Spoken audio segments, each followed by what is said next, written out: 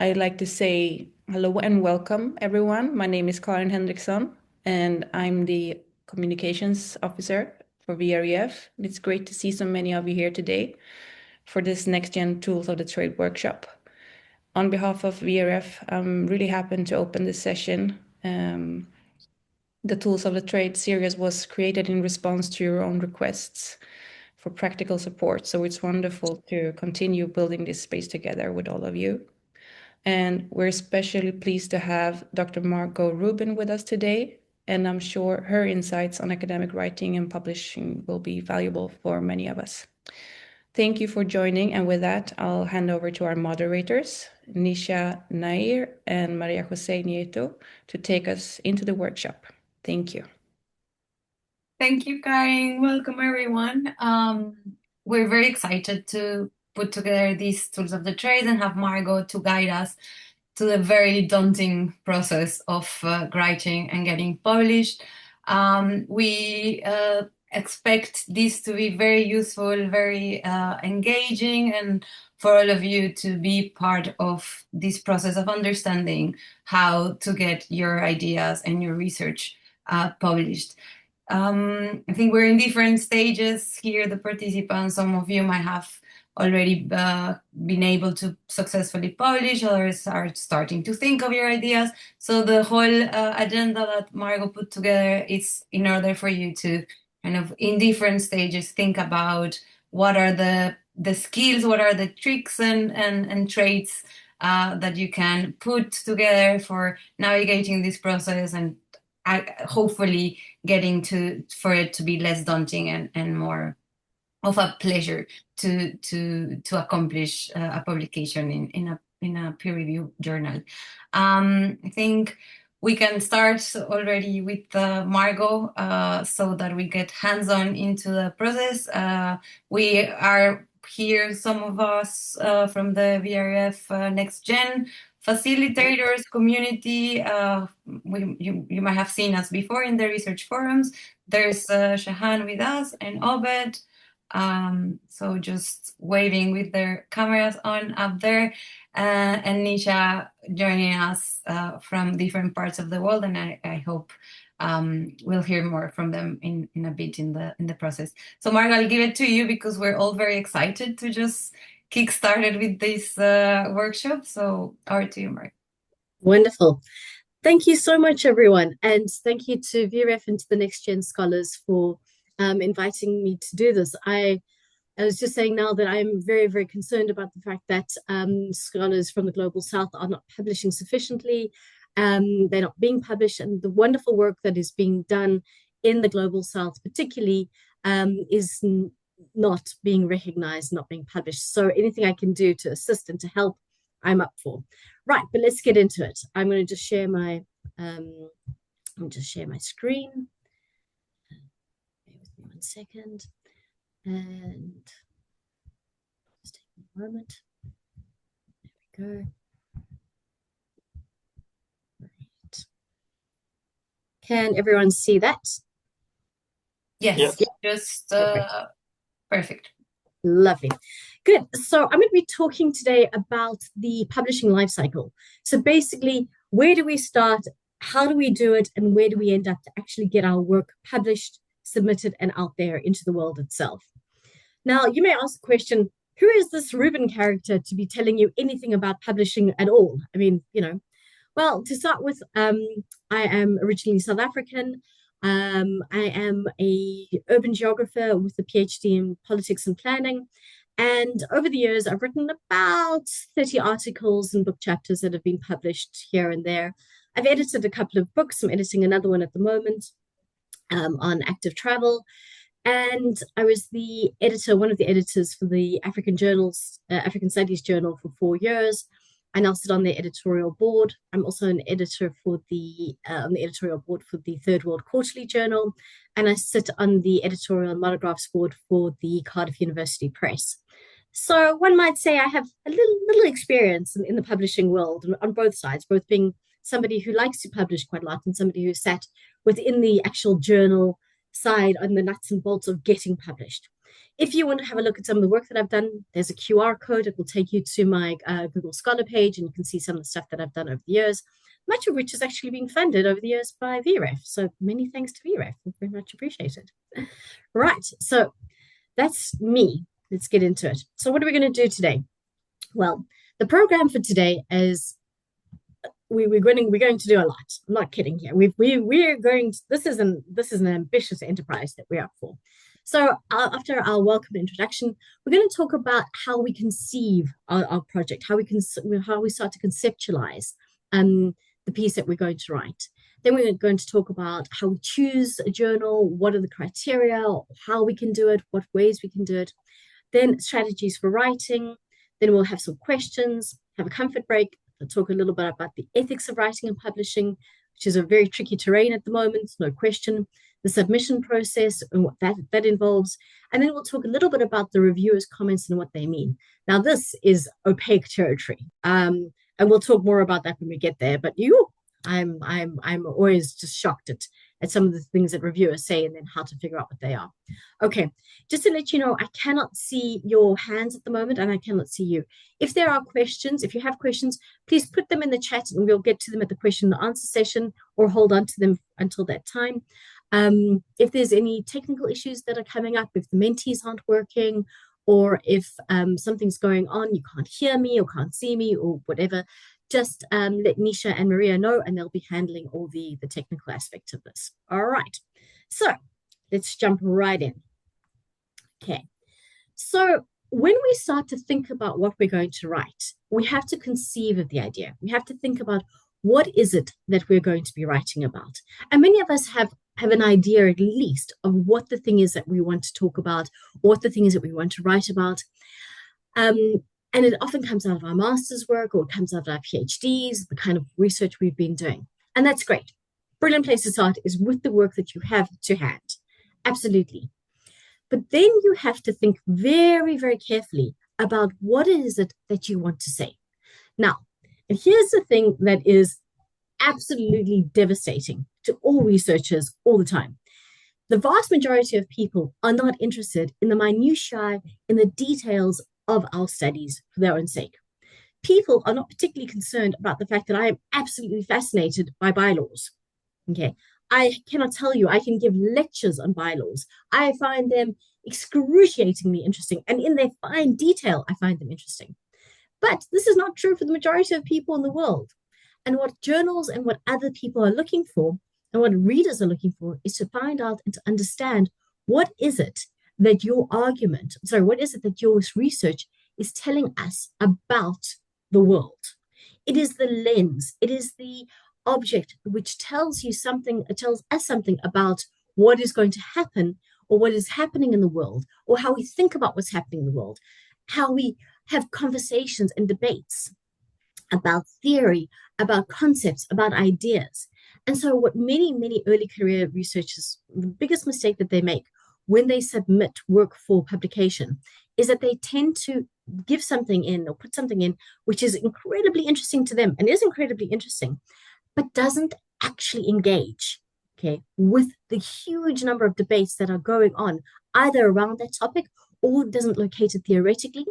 And very, very, very often, one of the things that we're particularly not good at, and something that I've really had to learn over the years, is how to be very clear about what contribution I am making to the field, okay? And one has to be quite open about this and say, okay, I've got this piece of research, and what it tells me about mobility theory, what it tells me about comparative urbanism is X. What it tells me is it tells me something very interesting or very different about a set of arguments that are going on at the moment, intersectionality, whatever the case may be. So that's one thing that we have to keep, there's a couple of things we have to keep in mind. One, that no matter how interesting our studies are, we need to relate them into what is the argument and the contribution we are making into the wider world of ideas that exists outside. Okay. And the second thing is, once we have that, once we've thought very carefully about what it is that we want to say, what is our key idea, our key argument, we have to make sure that we keep that golden thread throughout our argument. Okay, and we've done this. We've probably done this for our masters. We've probably done this for our PhDs, but in a journal article, it's even more important. And here, what I would say to you is try when you write a journal article or try when you write a book chapter is to stick to one main argument or main idea. Okay. And then each little bit that you add to that sustains that argument, gives evidence to that argument. Make sure that you are very clear about how you are putting that argument together and all the different bits and pieces. And we'll talk more about that a bit later. But definitely when you start to conceive and conceptualize this thing that you're going to do, this piece of work that you're going to do, think for a moment about how you're going to make that argument work. Okay. And it's all very well where we think, oh, I've got this amazing idea. It's brilliant. It's genius. I can't tell you how good it is, but I can't prove it or have no evidence for it. Or the converse, I have this fantastic, amazing set of very detailed piece of data, but I don't know what it tells me. I don't know what it tells anyone. No, you need both. And you need both of these different things when you conceptualize the idea in order to make that argument, in order to have that golden thread running through your journal article and make sure that your argument and your contribution is clear not only to you, but to everybody else. Okay, so that's the thing that we need to consider when we're working. Right. And when we're thinking about this, if you look at the work that is really very well cited and well published, it's a kind of work which does these things very clearly. So what it says, wrong way, is it says that I've got this particular idea, but what I'm going to do with it, okay, is something very particular. So it says, for example, in this piece by Norbacher and Schwanen, comparisons across research projects and articles are, however, hampered by the different understandings and conceptualizations of well-being that are employed. And so immediately, when looking at this argument, we know what they're doing. They're taking issue with something. They're saying, we don't really like something that is being said. We're taking issue with these debates, and we're going to present our own set of debates about this. And so you can see that no matter what the actual data is, no matter what the actual research is, this is the point to hand. This is the conceptual element of what they're doing. Okay. Equally, if you look at this rethinking of mobile methods by Merriman, okay, which says, whilst welcoming the pluralization of research method, this paper encourages a note of caution amongst researchers who wholly embrace the call for mobile methods, which are frequently justified by an assumption that conventional traditional methods have failed. And once again, what you can see from these things is you can see very clearly just by looking at these, but what they have conceptualized is they've taken the big debates, they've taken this world of ideas, and they've said very clearly, what we are going to do is take issue with it. What we are going to do is to have a debate about it. And this is going to be our line of argument. And it's this kind of work, okay, which becomes very, very well cited. So it's 499 for the Norbacher, and it's 519 for Merriman. I mean, these are massive numbers of citations if you have a look at it. But it's because what the work is doing is it's saying it's not just applicable to a specific context. It's not just telling a story about a specific set of data. It's telling a broader story. It's making a wider contribution to the literature. It's taking an issue and elevating it so that we know that these ideas and these arguments move beyond just the data presentation. They go beyond the descriptive and into what it is that you're trying to say.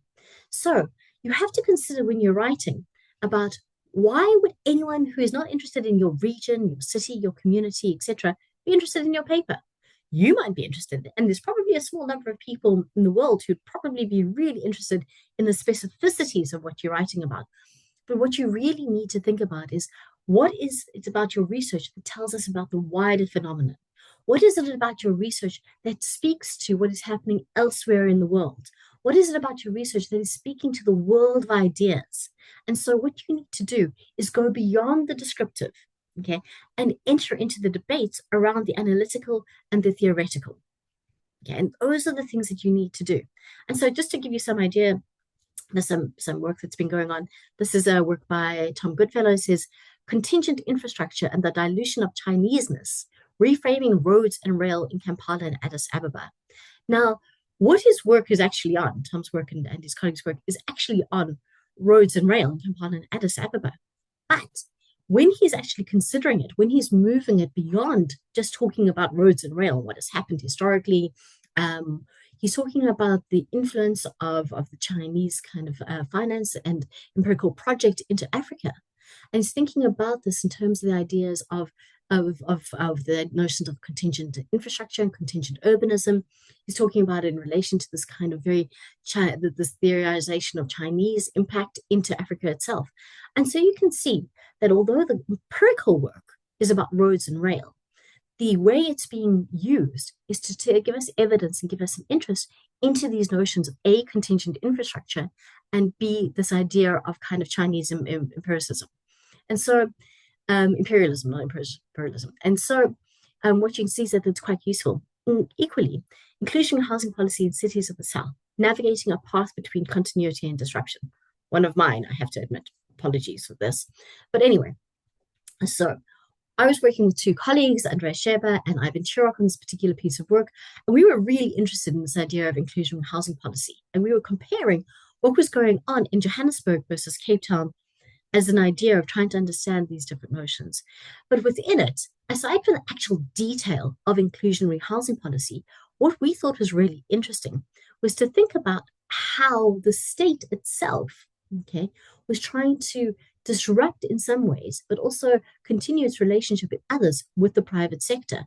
And so what we started doing was really using this idea of inclusion in housing to have a wider debate and a wider conversation around the nature of the state and the nature of the state's relationship with the private sector, and particularly with private property. And we were then able to speak into a whole lot of different debates about the role of the state, around the role of the private sector, around this idea of property and ethics and all kinds of different things. And so when you start to conceptualize your paper, when you start to think about the thing that you're writing about, you need to think about it in relation as a contingent thing in relation to what it is that it tells you about other ideas, about other theorizations. Otherwise, I'll tell you right now, the vast majority of journals are not going to be interested, and particularly high-end journals, particularly high-impact journals. They really do want you to engage with those debates, add something new, push the ideas, debate them, critique them, come at them from a different angle. And those are things that I know that scholars in the Global South are particularly good at. And one of the things that I know this, why I know this to be true, is because much of the theorization that's done applies very much to the minority of people in the global north and is often not particularly useful when thinking about what's going on in the global south. And so we already have a really good perspective to use. We already have a good position to start with, which is to look at these ideas and in a way to just aggregate them, to unpack them, to dissect them, and to see whether they're relevant to what we're beginning to do. Okay, so now what we're going to do is you're going to have a quick individual activity. All right, so for 5 minutes, I want you to take a piece of paper or whatever, a laptop, whatever you like. I don't care, chalkboard, scratch it in the ground, write it in smoke signals, whatever is useful to you at this particular point. Write it on your phone, doesn't matter. And sketch out your argument for a piece of work that you would like to write, okay? And sketch out the argument. Think about it very carefully. What is that line that you want to do? And then think very carefully, what is it that what debates would you like to contribute to within that argument? How do you go beyond just the idea of your empirical work? Okay, so I'm going to be quiet for 5 minutes. So it's now 11:22 according to my watch. So at 11:27, I will then bring you back for 2 seconds. And what we will then do is you will then be divided into pairs. Okay, and in pairs, I'll explain to you and at that point, I'll explain to you what to do next. But take 5 minutes and write down and sketch out your argument. Okay, do that.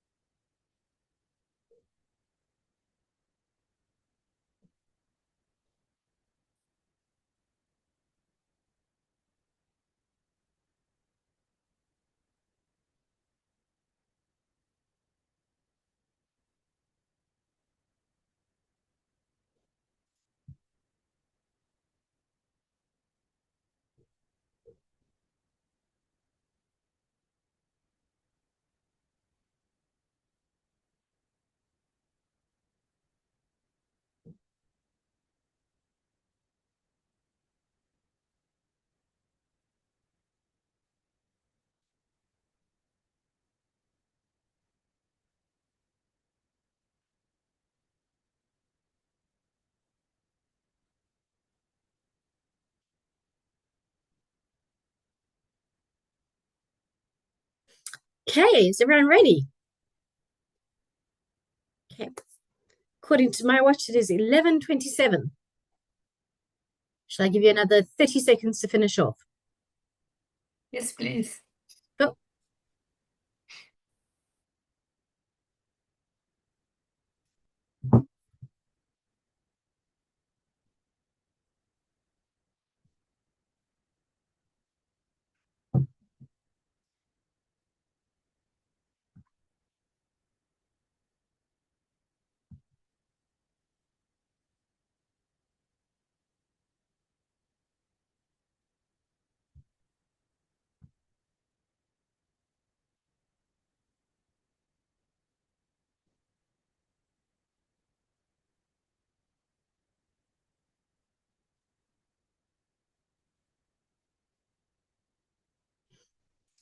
All right, I'm afraid I'm going to have to stop everyone right there.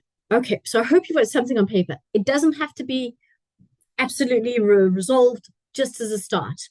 Okay, so now what I would like you to do is you will be paired. Maria's going to do this for us in a minute, and you'll be set aside a completely random person.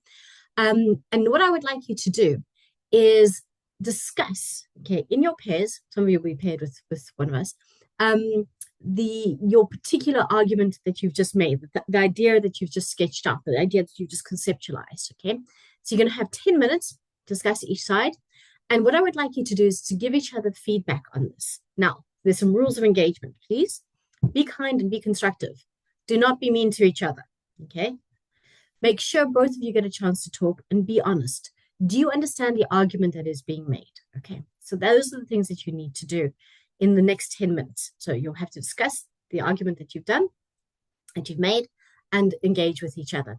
Maria, might I ask you to, and what we'll do is we'll bring you back in 10 minutes. So you have 10 minutes to do this. Maria, might I ask you to please assign everyone to their breakout rooms? Oh, I'm opening the breakout room, so you will be all sent in pairs. Thank you so much. Just bear with me. Should be happening.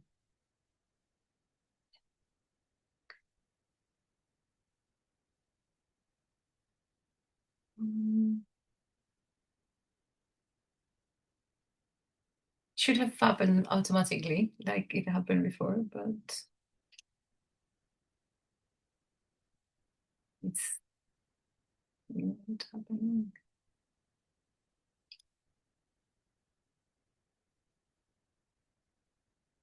Sorry, this is not happening automatically. Do you want people to join is the breakout room being broadcasted? Shahan, if you can come in and let us know.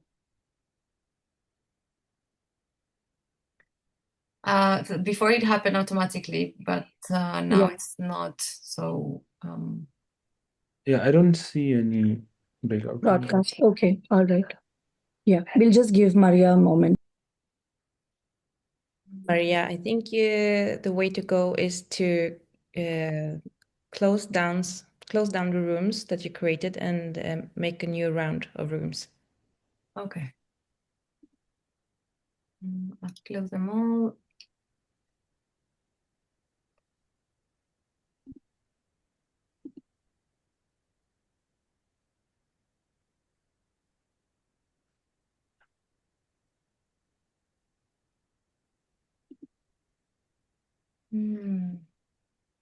More time for everyone to think about their arguments. Take advantage, people. And Margot also thought it would be useful to display the rules of engagement once again. And maybe we can paste it in the comments so that they can follow that as a guideline, perhaps.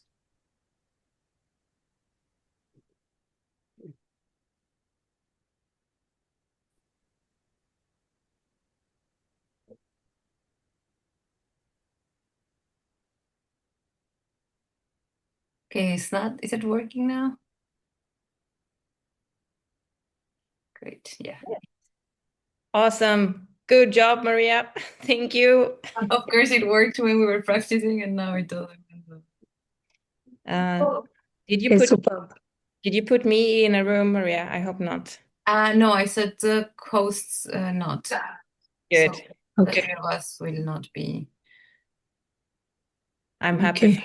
for the one who did not end up with me. What's your argument, Karin? We need your argument for publication.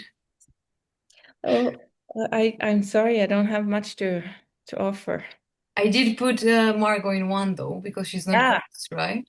Yeah, that's good. So, yeah. Yeah, so I have a query here. It Yeah. shows that there are 27 participants and 20 rooms. Is that right? Shit, there's people on their own. Because I can see in some rooms there's just one Yeah. person. Like But in room number 7, there's only Neha Bhatia. okay, so let's move people. Is it possible to do that? Crap. Do I need to close everything again? No. Yeah, we Um, can just move them. Shall I also start doing that? Yeah, Yes. Maybe I can start from the do that? bottom. If you hover over the name, you can it turns Yeah.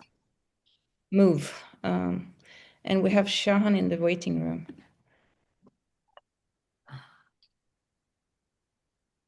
Yeah. I will send a message. We are working on creating pairs for everyone. Bear with us. So I'm just moving people, okay, into making Yeah. them into. Yeah. Yeah, me too. So it does matter if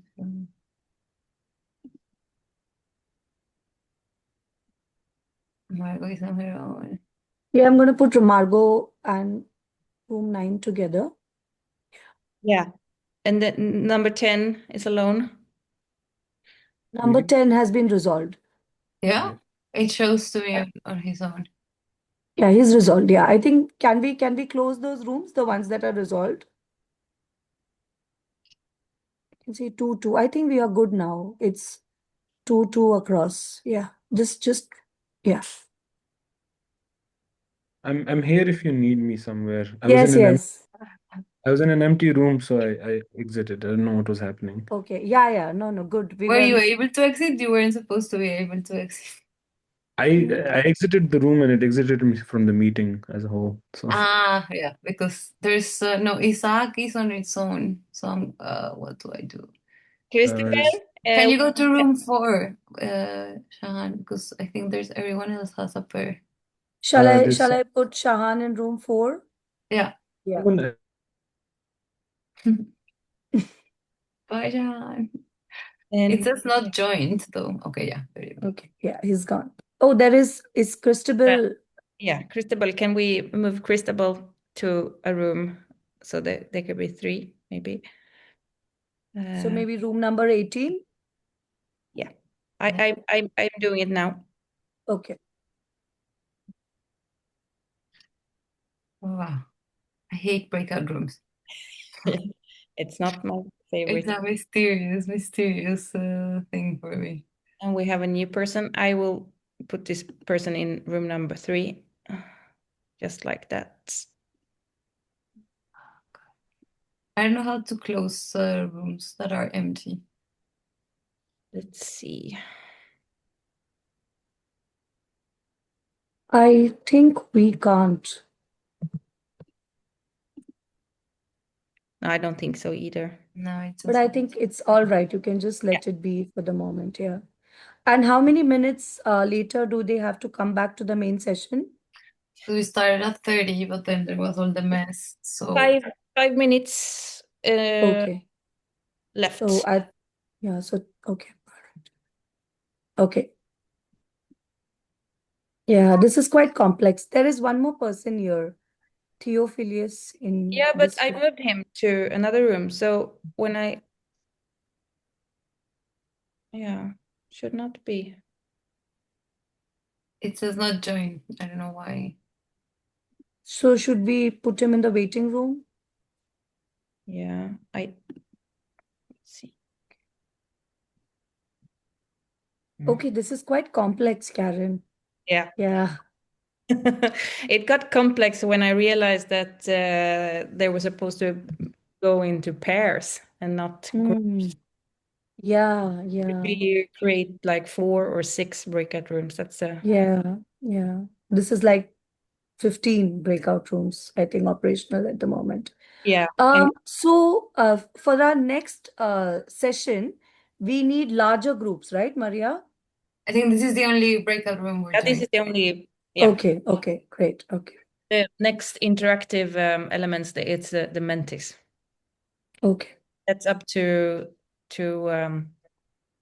I mean, Margot will share the QR code for those as okay, forward to log in. And if people have problems, it's a little bit tough to support them from a distance. We can only advise them we can put the code in the chat, of course, so they okay, copy paste. okay. But usually meant it's very straightforward. It hasn't, to me, it has worked Yeah, clearer Yeah, than this thing. it's right. like Yeah, if you put in a live result integrated that, embedded it into the PowerPoint. If you did Yeah. that, sometimes it's messy, but let's just Yeah, hope. true. I usually just do the PowerPoint in the Menti, so you don't have to go in and out. Yeah, we'll see how she's done it. I think so. I think that's what she's done. Mm. I mean, now people got maybe what they missed at the maximum, they missed a minute of this breakout session, and I think that it's not too bad. Sometimes these incidents also they have it's sometimes it's not so bad because it makes people talk and it gets a bit informal and it can be quite not so bad. Can be constructive. nice. Yeah. The people in room 16 are both muted. Isn't that weird? Yes. Are they aware that they need to God's talk to each power. other? God's power. I moved someone there right now. God's power is not there. I think God's power is a a, a bot. Very strange. Yeah. Do you want us to intervene in that room and tell them? Is Yeah, that possible? I think so. Can Okay, you so can you join? yeah, I I'm can, trying to do that. Shall I do that, Maria? I'll join the room. I can do it. I Okay, okay, okay, go ahead. Yeah. Okay. So that's interesting. There's only 1 minute left, and In room number 16, both muted. yeah, yeah, but they just have 1 more minute to talk because Okay. the breakout room is going to Yeah. get over. Yeah, but Maybe I they think, managed. yeah, yeah, I can. Oh, Maria has gone to room number 16. I'll go to room numbers. No, Like, she's in room number 7. yeah, so even room number 16 is very quiet. Let me Yeah, go you there can and go come there. back. Yeah. You can go there. Great.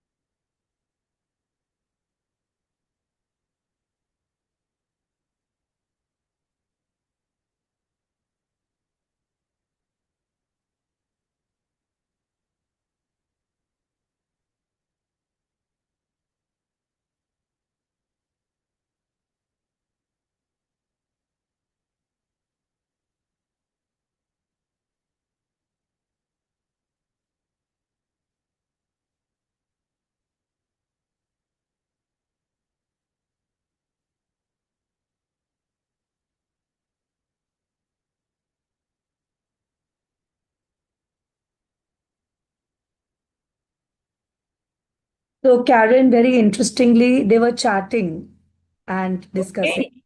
Yeah. And now I closed the rooms. Yeah. So I think they should rejoin. Yeah, I hope so. Yeah, now they're coming. Yeah, great. Yeah, we are all back. Wonderful. So unfortunately, I'm sure some of you were rudely ripped from mid-conversation back into this, but unfortunately, that's just how we're going to have to do it. So thank you very much. I hope you had really good conversations. Now, what I would like you to do is take another 3 minutes, literally 3 minutes, as an individual exercise. And what you're going to do is just sit there and think, following the discussion that you've had with this other person, how would you change, modify, moderate, improve, tighten the conceptualization of the argument that you've just made? So what would you do to change it? If anything, maybe yours was perfect. Maybe, you've kind of come around and you've read it and you've spoken to the other person and you're like, I've got it.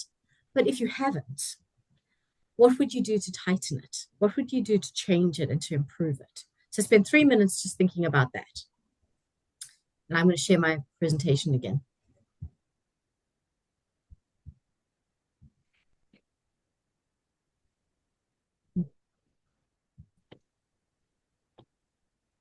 So here are the instructions. So not even 3 minutes, 2 minutes, sorry.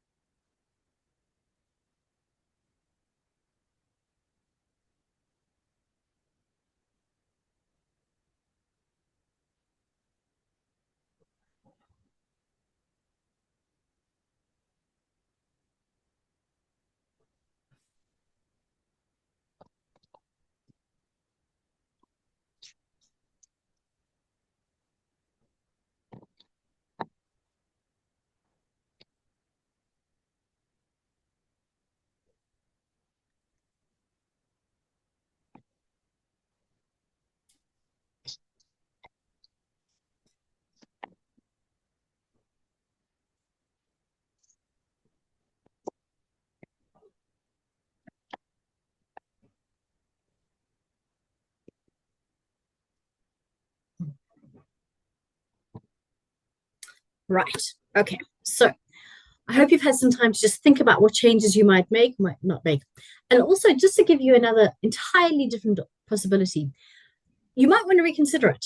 I cannot tell you. In fact, I am famous for the fact that I have had what I think are brilliant, genius, amazing ideas for papers, generally at 3 o'clock in the morning, because that's when my brain tends to tick. And I wake up in the cold light of day and think, nah, that's not going to do it. Or alternatively, I have a conversation with someone and they go, perhaps this has been done, or it's not as original as you think it is. So sometimes you need to also consider that what you were thinking of doing isn't quite the thing to do, and you might want to reconsider it, patch it up, change it a little bit, moderate it, all of these things. And this can be done at any point in the writing process. So just to consider that. Okay, good. So now what we've done is we've conceptualized the paper. We've thought very carefully about what we might want to write. Now we have to think about where we want to put it. Okay, so now we have to consider where we want to put it, where we want to publish it. And there are loads of different options for this. Okay, but I cannot emphasize enough how important it is to decide where to place your article. Okay, so what I would like you to do is to go into this Menti and see why you think it might be important. And what you've got is you've got 2 pages, which I'll share with you now. And on those pages, it will say there's a multiple choice and you can choose, but there's also space for you to give other ideas as to why you think it might be important, why the choice of journal might be incredibly important. So follow the Menti, go there, spend 2 minutes having a look at the options, choose one or maybe a couple, and then also think about if I haven't given an answer that you think is important, plonk it in there. So, has everyone got the Menti? I'm going to stick the code into the chat as well.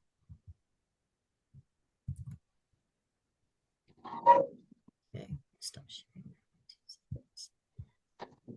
Put it into the chat. So there's the Menti code, and it's going to be the same one for everything we do today, just to make life easier. All right. Okay, so I'm going to stop sharing this. Let me bring up my, oh, hello, God's power. You seem to be walking. Okay. Okay, let's have a look. So let's have a look. Live streaming results as we go. Why do you think it's important to know where you are publishing? Let's have a look. Make sure it's not a predatory journal, so some people think it's that. Ensure quality, absolutely engage in relevant debates. Okay, ooh, engaging in relevant debates is now on the lead. Gosh, it's like a horse race. Ensuring quality, there we go. Agree with your politics. Right word, length, format, good. Oh, ensuring quality and engaging in relevant debates is neck and neck. Dun, dun, dun. Very good. Okay, good. 2 small seconds to do that. And then also, if you want to add in any thoughts as to, there we go. Other ideas, great. So, reaching a certain audience, good point. Domain-specific knowledge, absolutely. Industry relevance, domain, avoid predatory journals for sure. Career trajectory, nice. Like that. Impact, very good. Very good ideas going on there. Absolutely. Reaching a certain audience, yes. Publication ethics, impact on policymaking. Oh, interesting. Yeah. Don't really think about that. Okay. Oh, very nice. All right. 1 more minute, 10 more seconds to give your views on this, and we'll get back into it. So, so let's see. All right.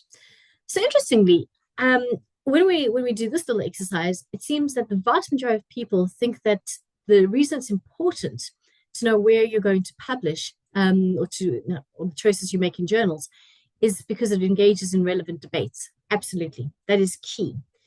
But I would argue that all of these are important. That when you're basically going to think about where to publish, you need to consider absolutely every one of these things. Okay, you need to absolutely engage in places that are places of relevant debates, but also ensure the quality of the journals.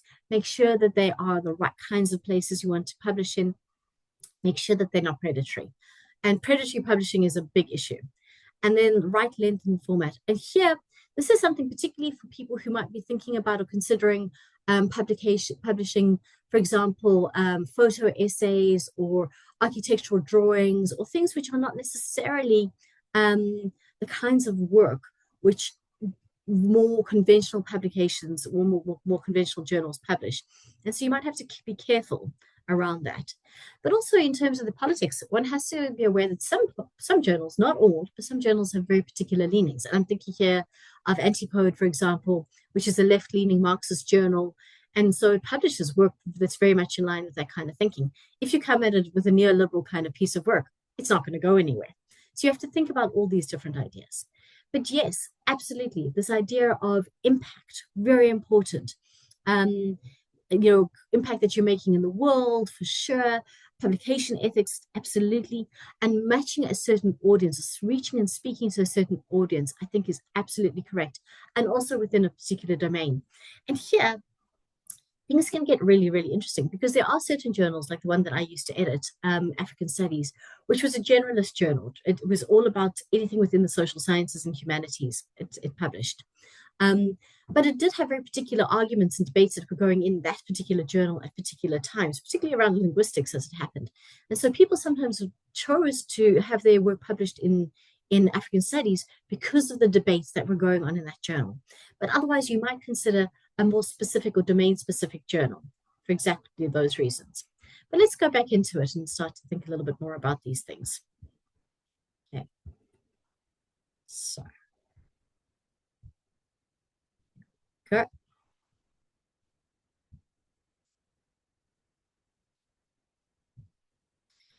So absolutely. Where is your work best placed? And here are some of the things that you might want to think about. Okay. Where are the debates that are relevant to your work region? Okay. At the moment, there is a magnificent debate going on in urban studies around a question that I'm really interested in, which is around this idea of walking as infrastructure. Okay, sorry, people as infrastructure and walking infrastructure. Fascinated by this. And so at the moment, I'm writing a piece right now with colleagues that is going to hopefully go into urban studies. Okay. And so you have to think about where is your work also a best fit? Okay. Where is it in terms of length? Do you want to write a 30,000, kind of processes in planning kind of piece, which is 30,000 words? Do you want to write something that is 5,000 words? Do you want to write something that's 9,000 words? Do you want to include images?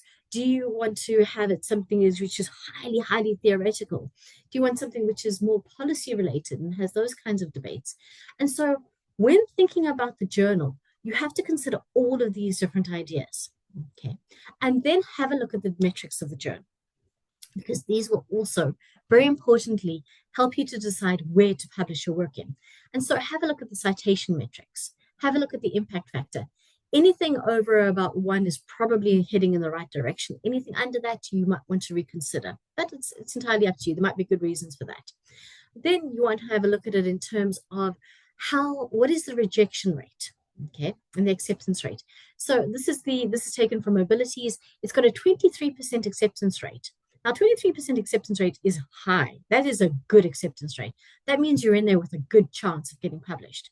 If you look at something, for example, like the International Journal of Urban and Regional Research, IGR, or Urban Studies, or some of the others, then what you're looking at is an acceptance rate of about 3 to 4%.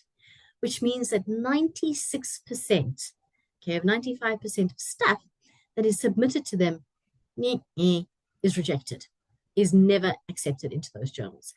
Massively competitive. And so when you're first starting out, my advice to you is don't start out with those journals, okay? Cut your teeth on journals which are good, but have higher acceptance rates, okay? Which you're more able to see which you have more of a chance of getting into, right?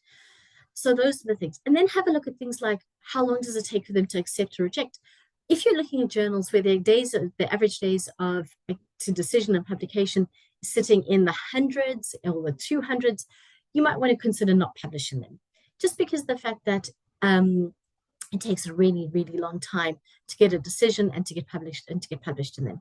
Having said that, we are going through a crisis at the moment of getting reviewers, and it's sometimes very, very hard to get reviewers. But also, if you choose a journal that is relevant to your work, where you're speaking to the debates, where you're engaged in the topics that are going on, it is easier for those journals to find reviewers. If it is something so far outside of what they normally do, it becomes incredibly difficult. So at the moment, I'm busy working with the Third World Quarterly. We're putting together a special issue on gender and mobility in the global south. And 2 of the pieces I have struggled to get reviewers on, to the point where I'm now sitting having asked 10, 12 people, okay, and been refused. Finally, I got some reviewers to do it. But it took a really long time to do that. So also consider those questions, okay, when you're considering where to do it. So now take a few minutes and look at your favorite journal. Go online and have a look in the journal and think about their impact factor. Think about their submissions procedure. Think about if there are any costs associated with them. Think about their rejection rates, okay? And think about whether these are things that this might be a place for you to still publish, or whether it's no longer the case. So go and do that for a few minutes. Just spend some time. If you don't have a favorite journal, if you're not thinking, have a look at Applied Mobilities. There's the link, okay? And within that, where you want to look is under the place Journal Metrics. That's where you want to look, okay? So take just a minute or 2. We won't take too long to do this exercise. And think about what it is, whether these are places that you still want to go and publish in. Now, while you're doing this, I'm going to give you a little anecdote, because I think this is useful.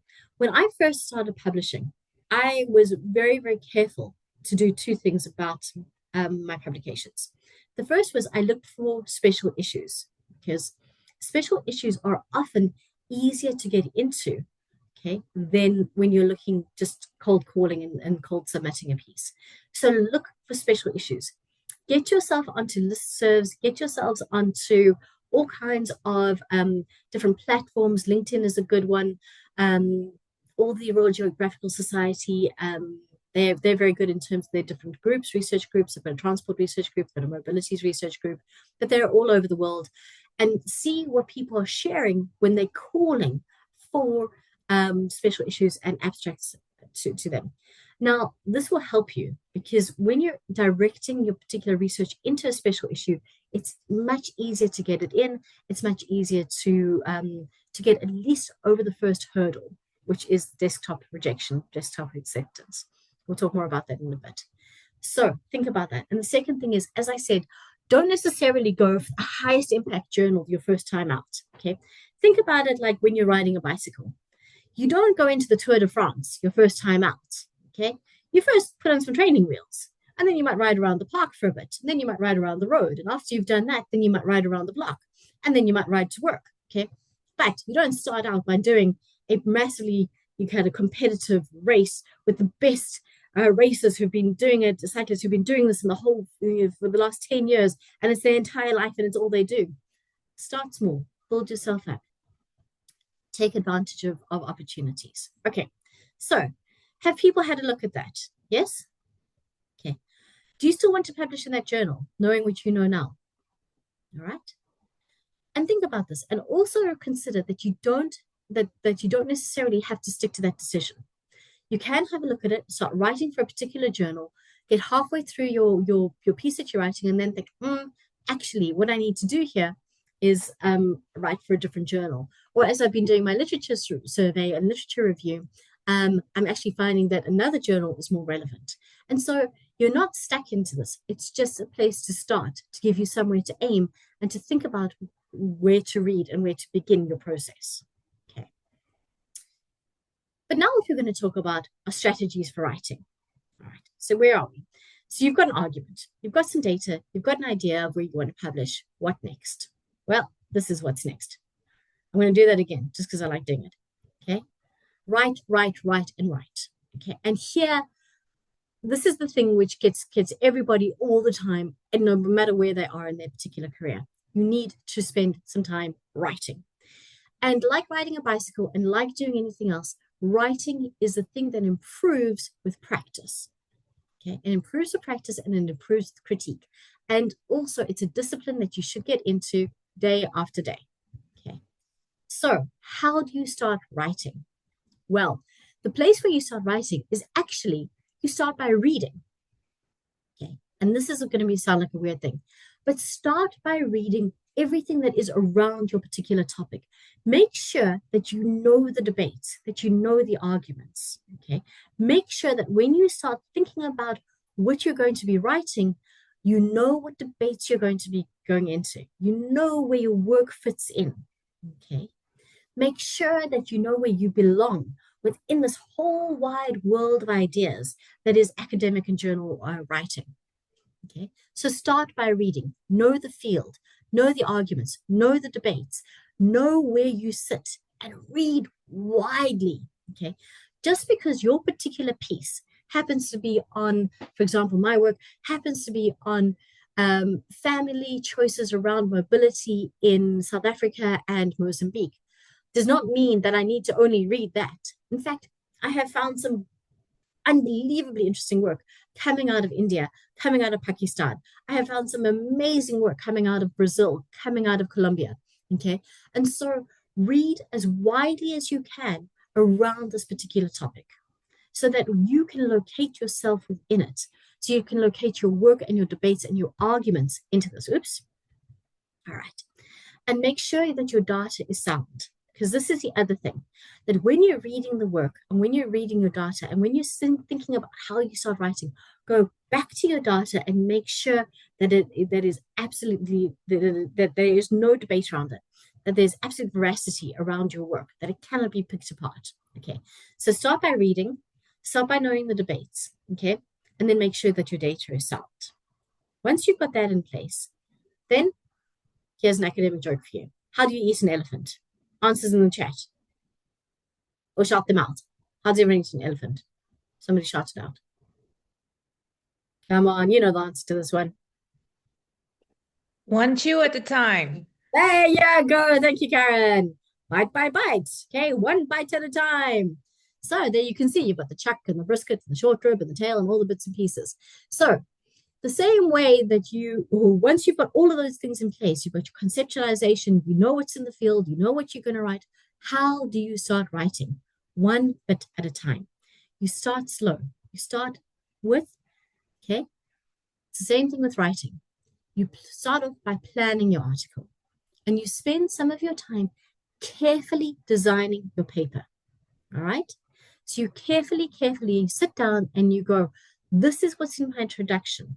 This is what I'm going to put into my literature review section. This is what I'm going to put into my methodology section.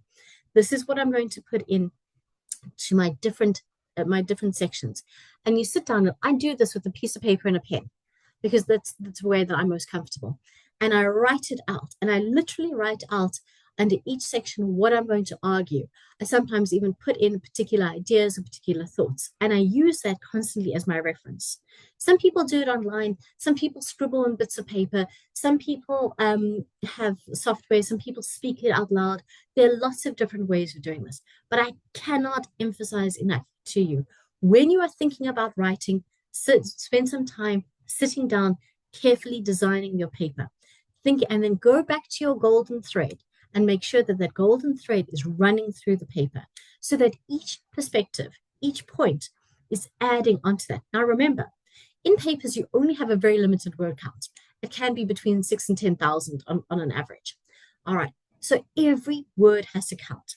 And one of the things that I often received when I was an editor at African Studies and now Third World Quarterly, is I get work where people write fascinating literature reviews, not on the topic, nothing to do with what they're talking about. And I'm sat there kind of going, but how does this add to, I don't get it. I just reviewed a paper for Urban Studies that came through. Really interesting work on density that up for a special issue. But the evidence that was given doesn't actually build the argument, but goes on and on and on. It's fascinating. So think about it. And then what one of my colleagues taught me how to do, and when I'm really struggling with the paper, I do this. I even assign the number of words per section. So that gives me a discipline, so that I know I've only got 1,500 words allowed for my literature review. I've only got 800 words allowed for my method section. And so if I stick to that, then I've got enough space to do the other things. Okay. And so also when you're thinking about these different bits and pieces, assign it, and then you eat the elephant bit by bit. And that leads on to the next thing, is when you actually start doing your writing, okay, you do it piece by piece. Okay. So we'll talk more about that in a second. But when you start writing a journal article, the journal article generally has the same things, and you probably know this every single time. The first thing it has is it's got a title. Okay. Make it relevant, but also enticing and not too long. Do not make it no. Okay. Do not do that. 10 to 15 words maximum. Make it engaging. Make sure that people who read are like, poof, yeah, I want to do this.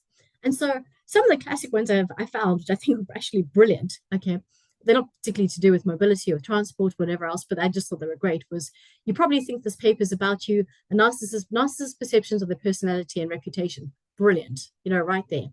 This one, CRISPR bacon, a sizzling technique to generate genetically engineered pigs. I mean, who could ask for a better title than that?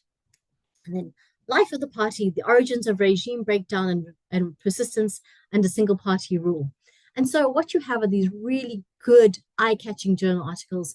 I'm a big one for onomatopoeias. I'm a big one for repeated ideas and words. My PhD was called Courting Change, because I like that, because it was all about, Courting Change. And it was about the courts and urban governance, which I really enjoyed. So think about words, play with ideas, but also make sure, okay, that they are the kinds of things that let the reader know what you're about to do. Okay, so it's a tricky one to pull off, but it's worth having a look at them.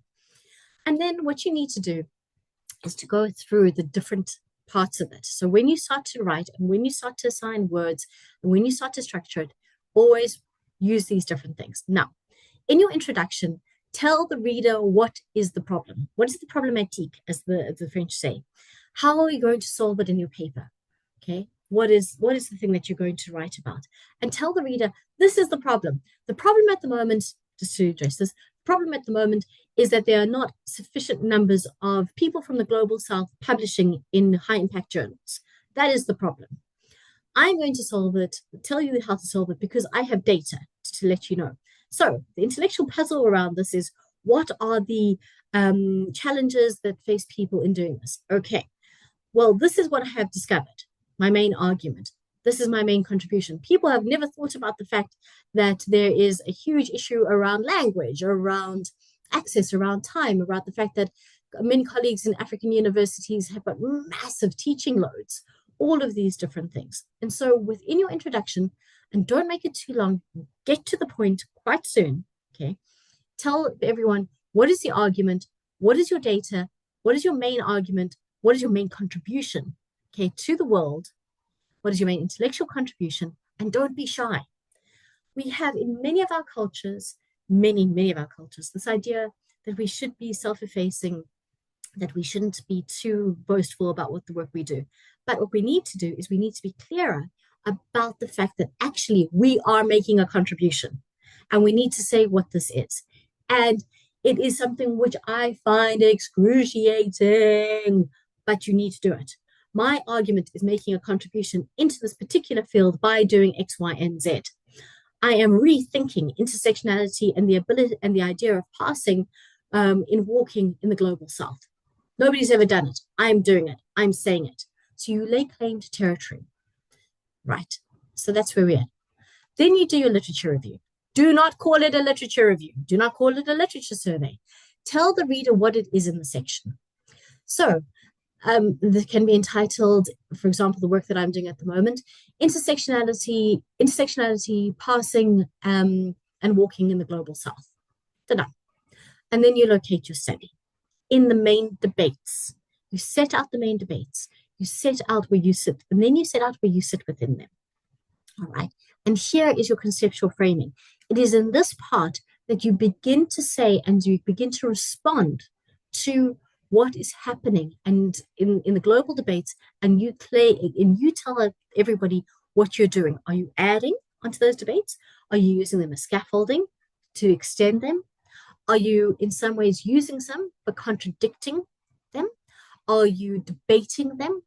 Are you arguing that that they've got something right, got something wrong in your particular view?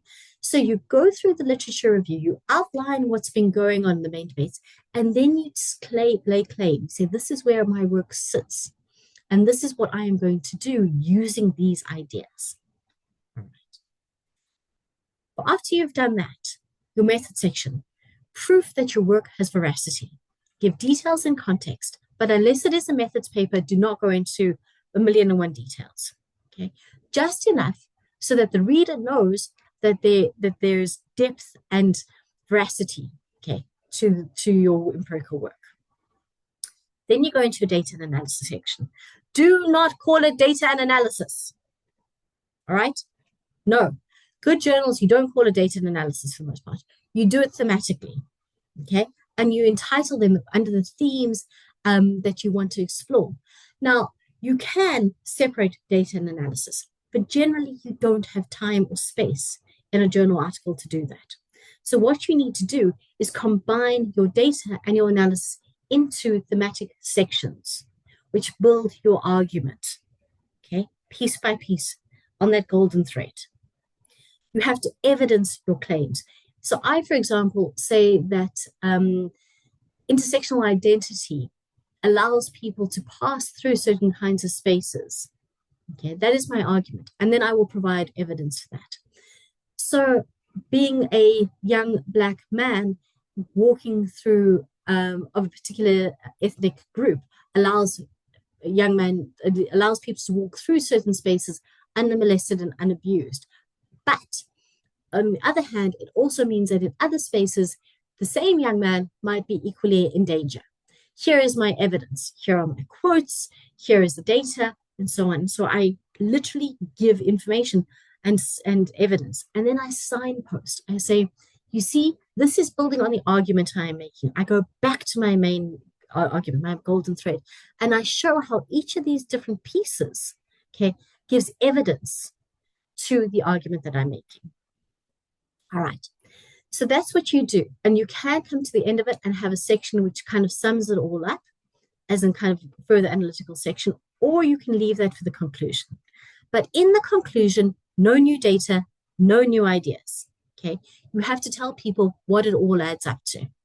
Okay. What is the main argument? What are you saying? So that's what you need to do.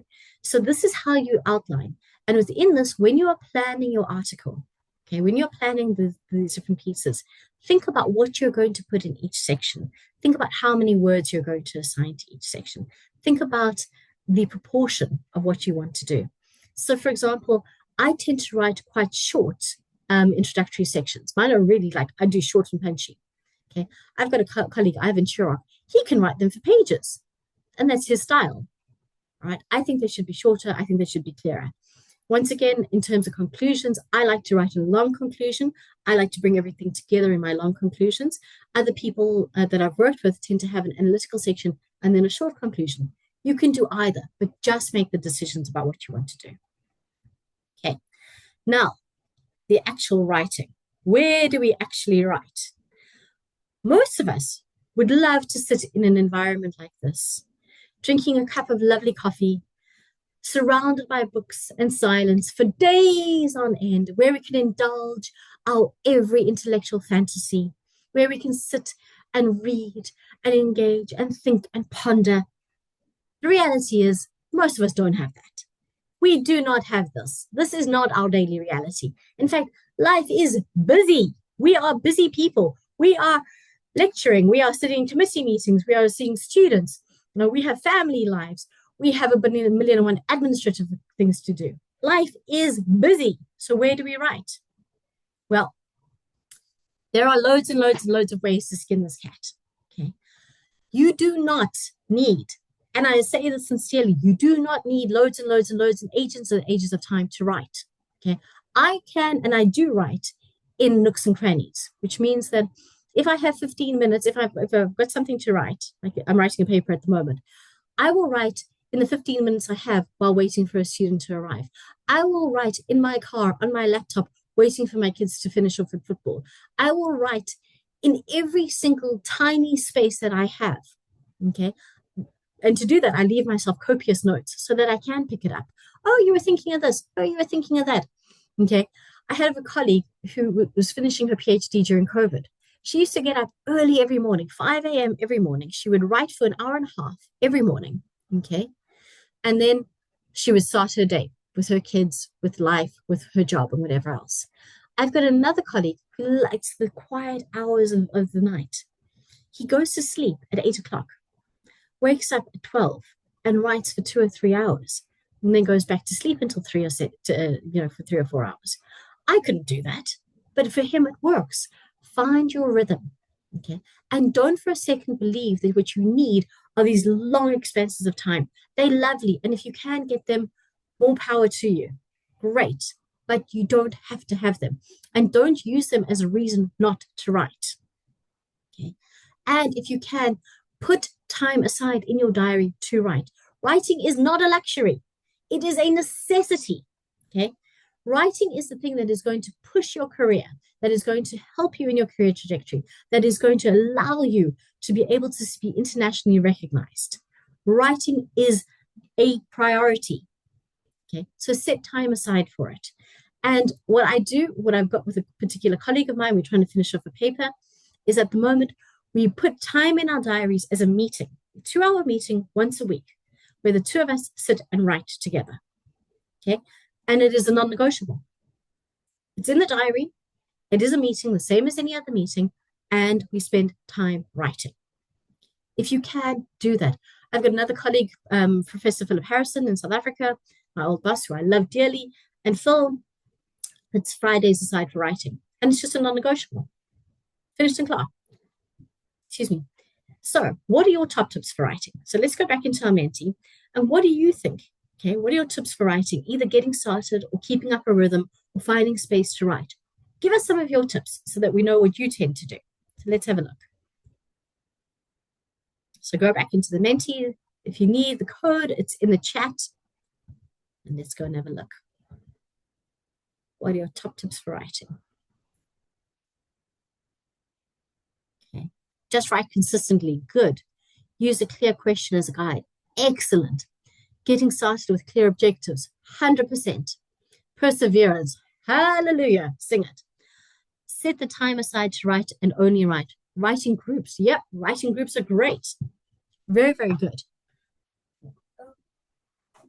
Sorry, I'm diving out of screen to do that. Absolutely. So all of these things are really, really good ideas. So if they work for you, do them. Okay, so write when and if you can. Any other ideas that anyone else wants to contribute? Please do go ahead.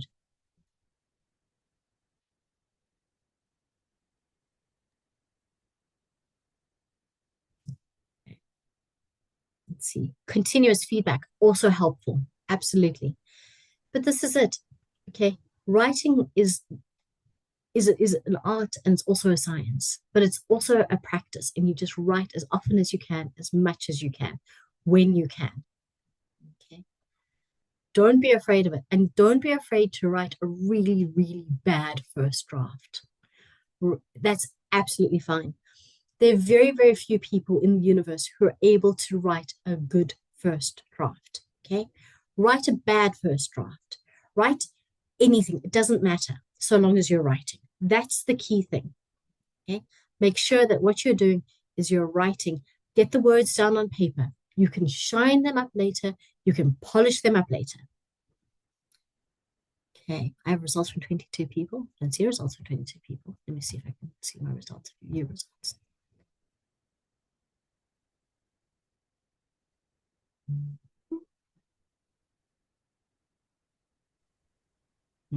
Something what? Let's see. Impact, great, write consistently. Okay, cool. Well, if you want to reply, you're absolutely welcome to. Otherwise, you don't really have to. Okay, so where are we at now? Okay. Last thing, and then we're going to have a break because I think we're all getting a little tired. So I promise you, last slide before we have a break, and we just have a moment. Okay, so hang in there. Just hang in there, guys. I'm right. You're with me. We're all together. So let me just share my screen one more time for this. Okay.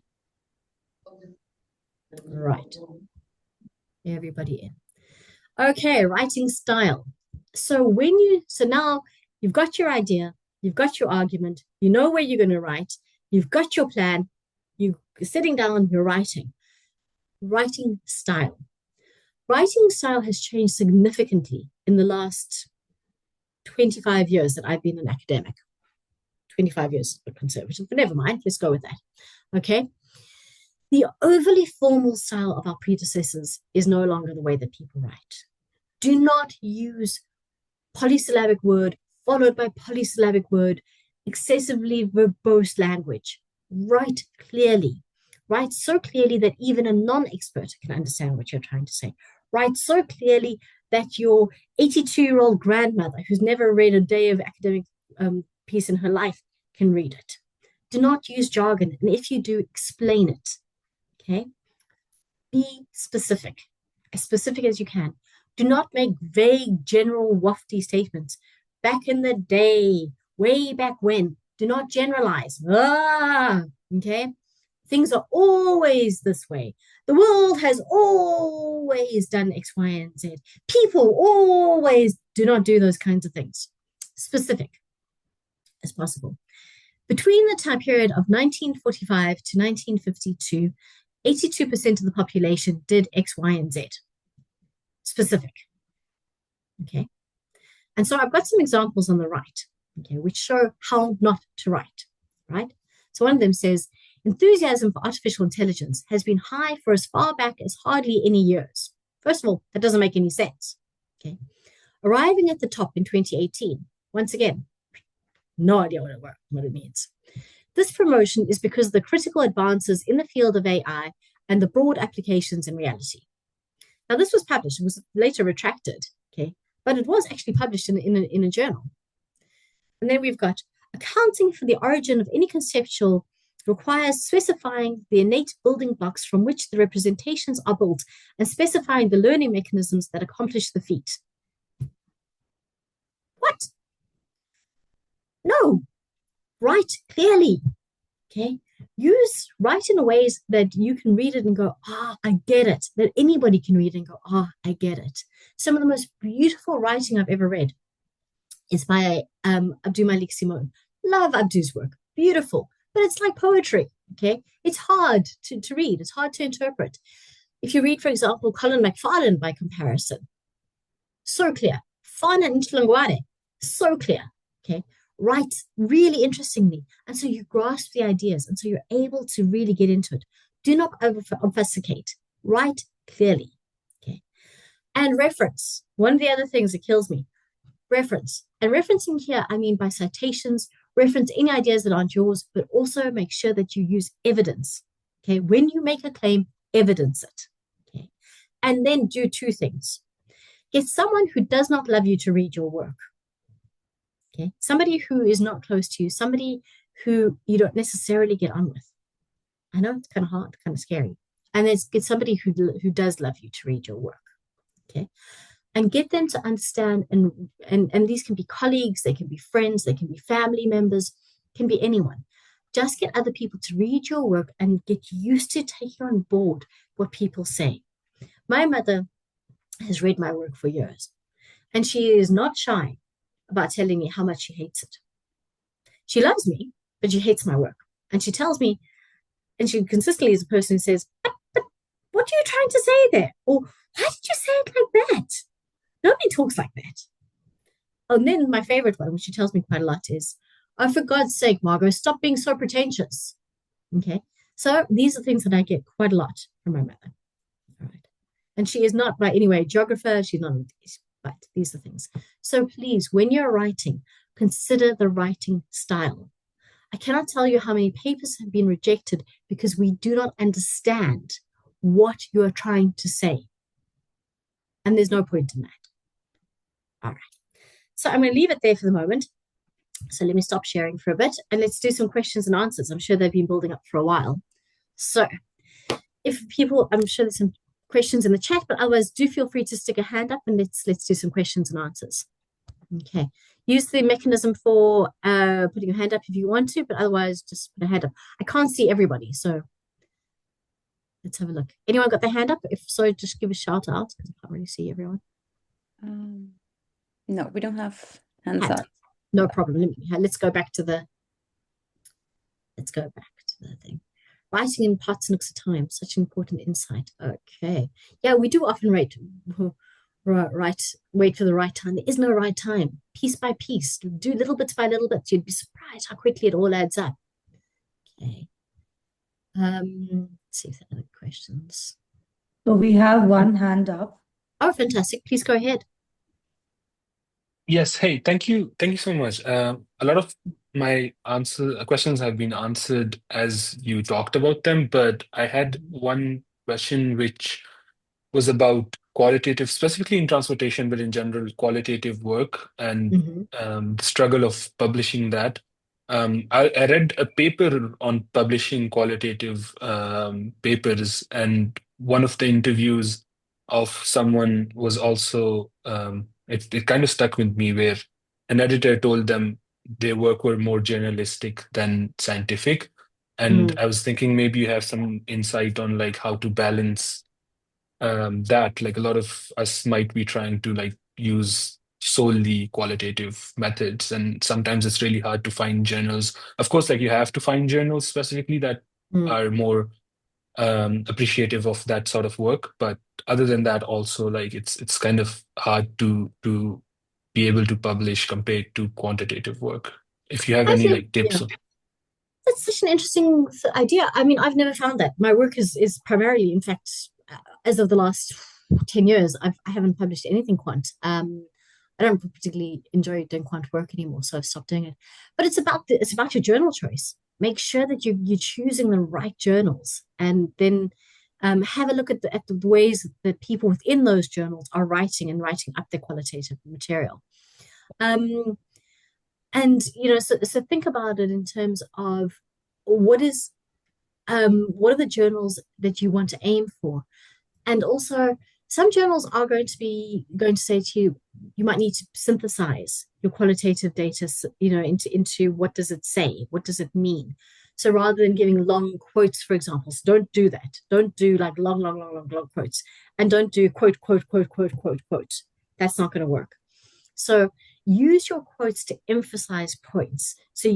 Once again, go into the theory, think about what the theory is, or the conceptual basis, the argument that you're making, and then make sure that your evidence speaks to that your qualitative work is speaking directly into that.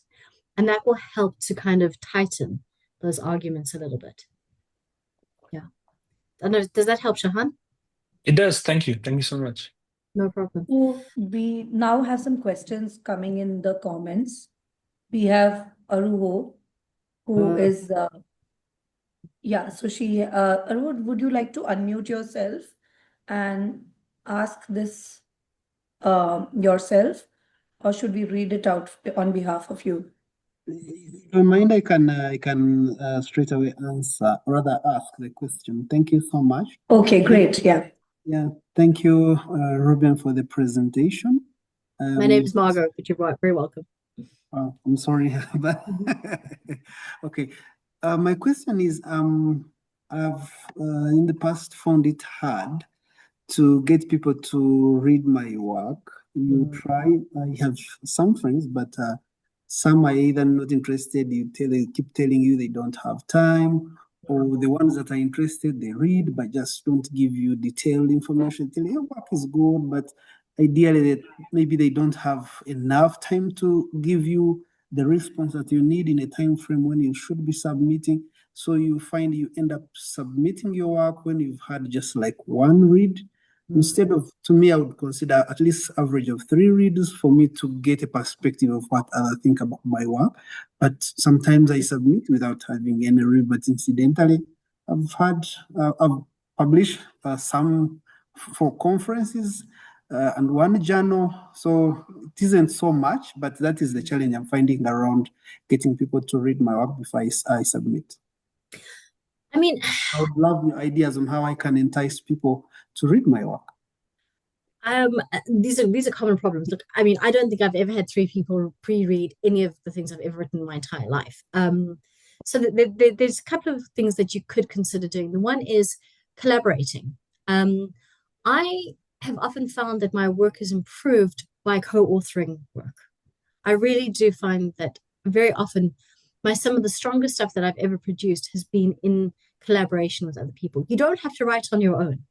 There's nothing that says you have to write on your own. Okay. And particularly when you're starting out, write with people. And that will mean that they've got a stake in it as well, because they have to contribute and they have to read it. And so that's one way.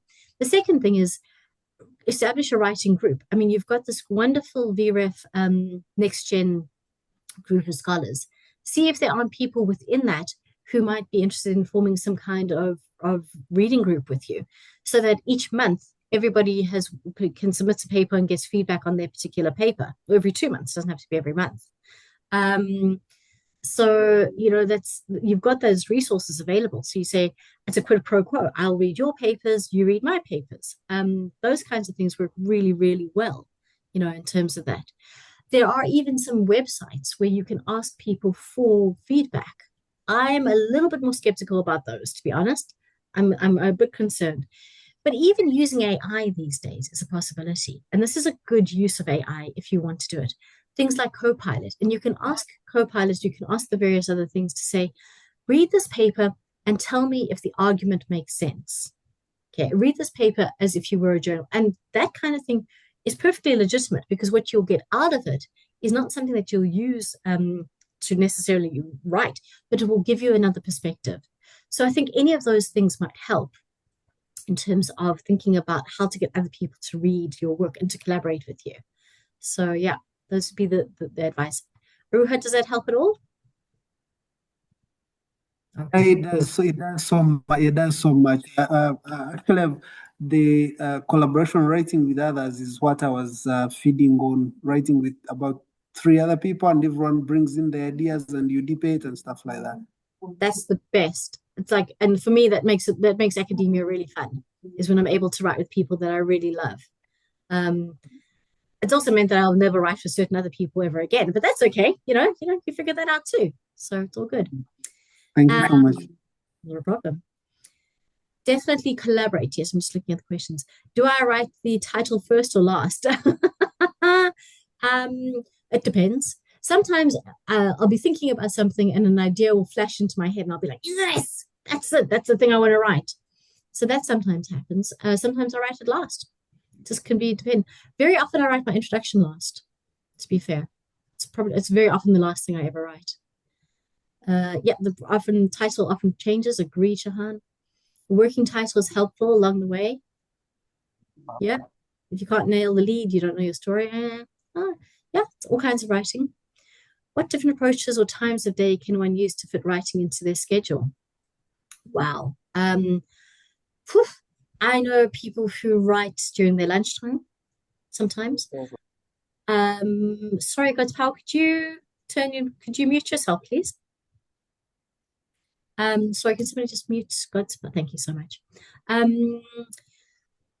Yeah, people have different rhythms. Exactly, Hope. I completely agree with you. It's up to the individual. The time what works for you. My ideal, if I didn't have caring responsibilities, my ideal would be to wake up at 6 a.m, write in bed for 2 hours, 2.5 hours, and then get up and get dressed and start my day.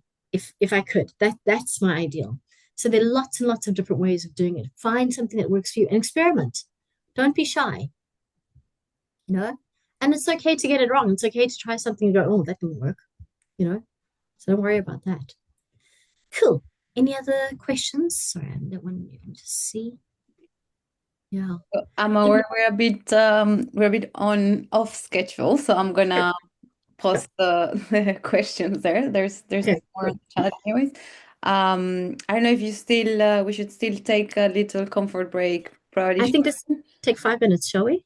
yeah, that could be good. Okay. All right, so we come back at past 40, so in 5 minutes. It's 12:34 here. We finished at 1:30, aren't we? Yes, Yeah. So no, oh, don't worry. We got time. We're okay. we will. The second half is much shorter. All right, super. So just 5 minutes comfort break.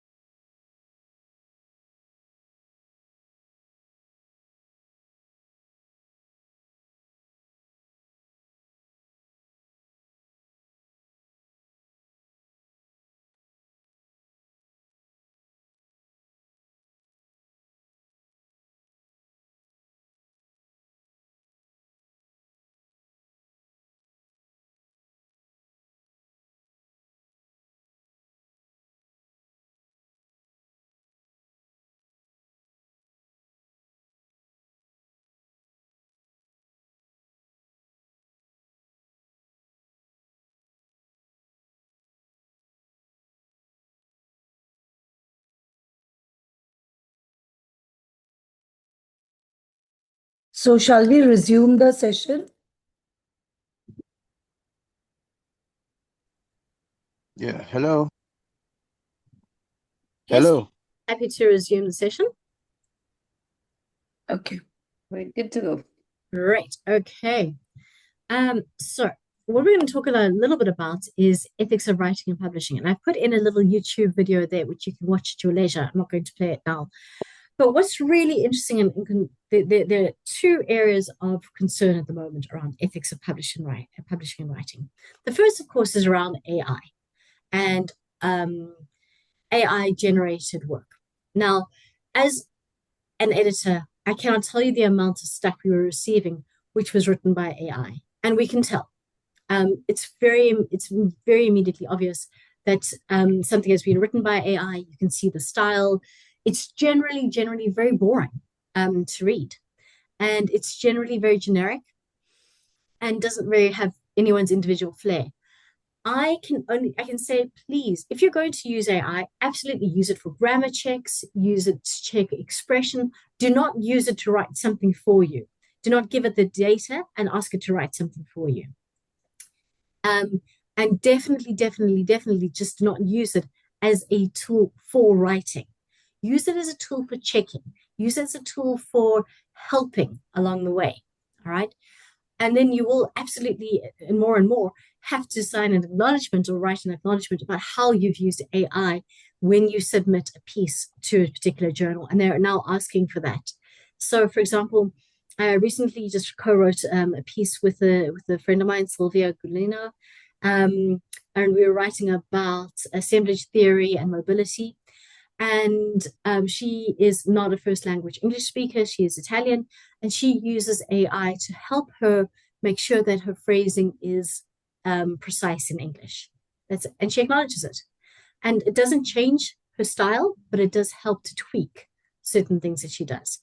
I use it as a first language English speaker sometimes, just to make sure that I could tell you days when I just can't crack a particular phrase, or I'm struggling, or I've written something and I'm like, oh, that's not great.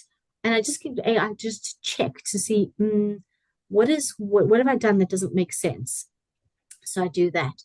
So AI is usable, but within limits. Also, we know, and we're very careful about the fact that as editors, we're aware of when AI makes up references, and it does. It basically just hallucinates references. And so we're very aware of these things. And also, every single journal does a reference check, a citation check at the end when you submit something. And so it's going to be picked up. So please don't use AI for those kinds of things. A, it is unethical. B, you're going to get caught. C, it's a waste of time. Just don't do it. Okay. Then the other big thing that's raging at the moment is this question around authorship, of who is an author. Now, back in my day, an author was somebody who actually put words on paper. Okay. It was the people who literally wrote something in some way and contributed their writing to the paper. And so we acknowledged researchers, we acknowledged people in the field, we acknowledged all kinds of people, but they were not considered authors. This has now shifted, and there's a move toward people who kind of contribute significantly to the creation of the paper as being considered co-authors. This is a debate, okay, a debate. And people come down on different sides of this. Okay, I am not going to direct you one way or another.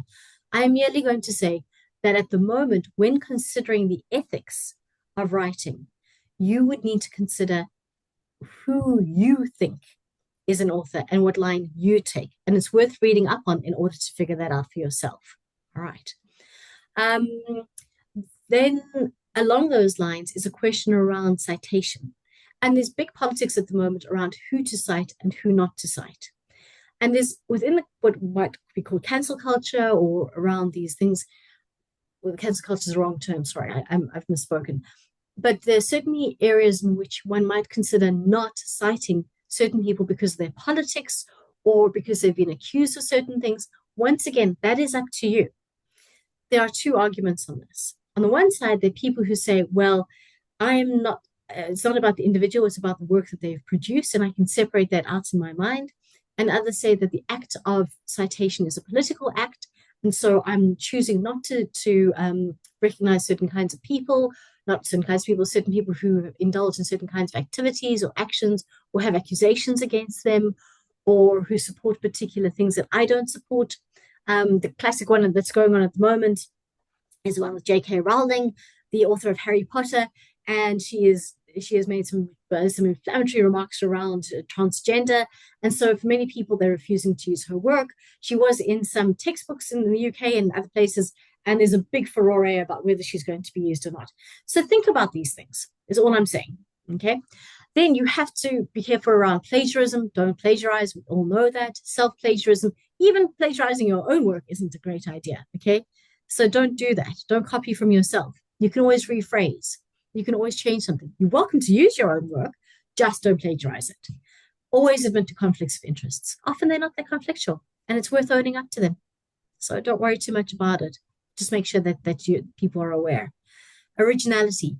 Your work does need to be original to be published. And originality can be original in all kinds of ways. Original research, original thoughts.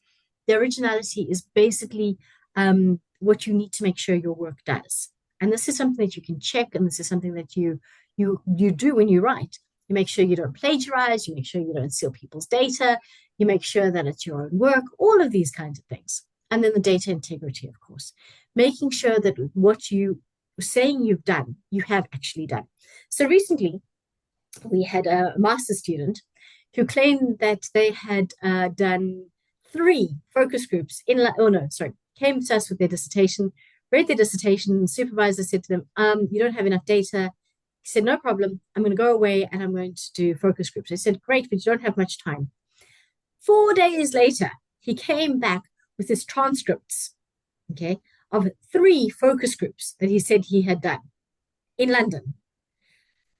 And we were like, okay, could you please supply us with the email addresses of people that attended the focus groups?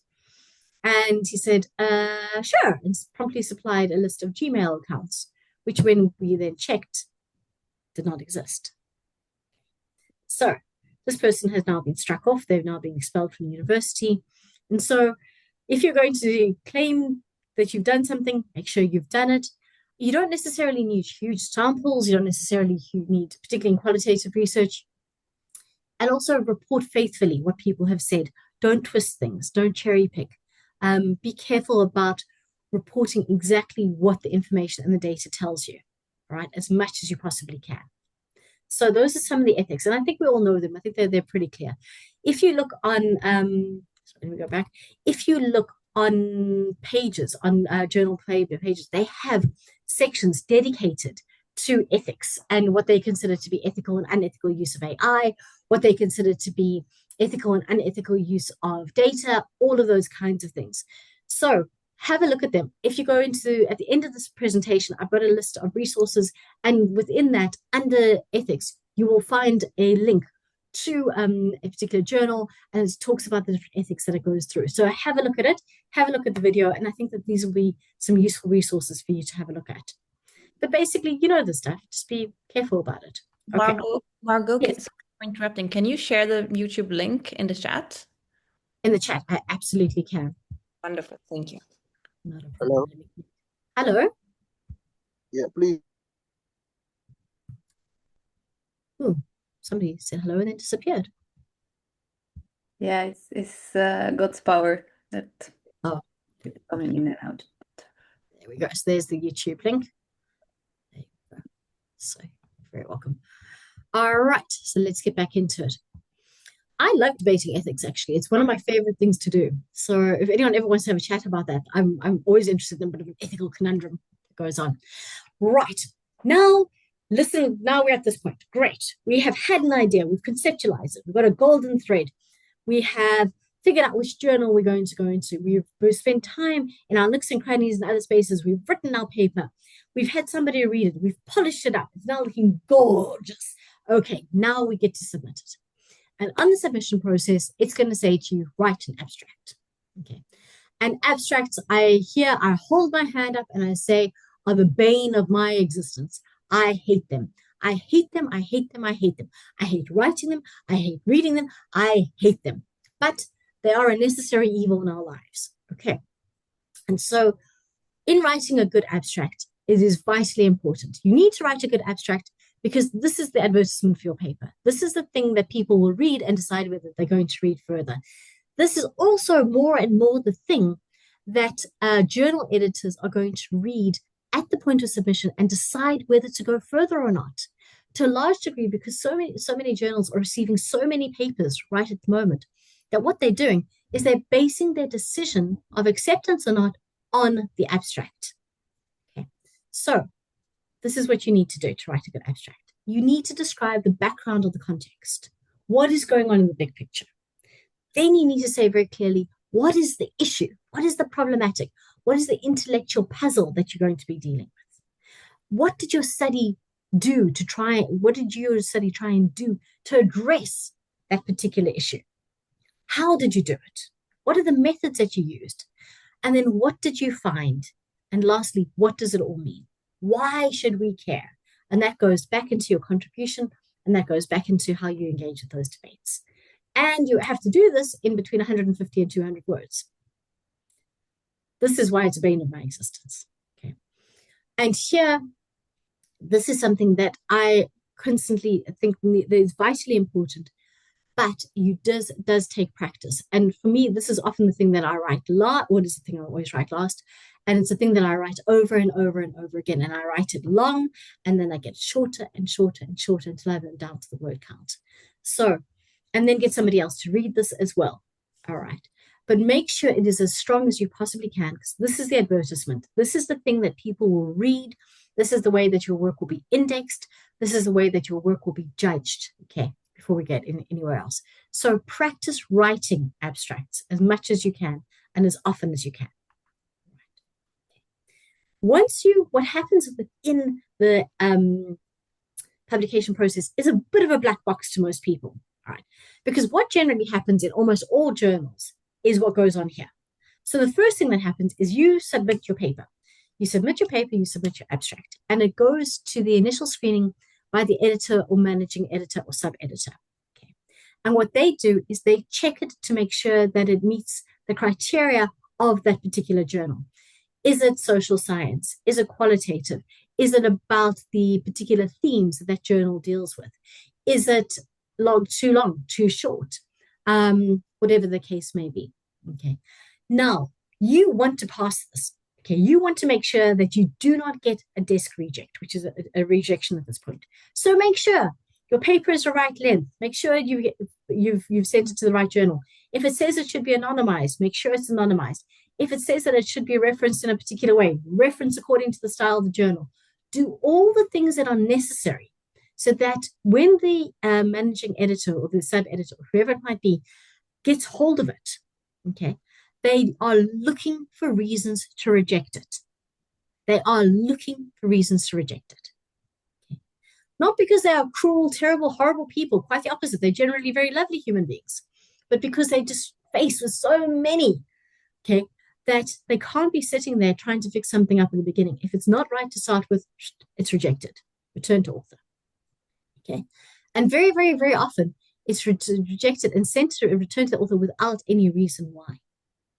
And the reasons why are generally because you have not met the criteria of that particular journal. Okay. Don't do it. It's a waste of time. Make sure you hit them. Okay.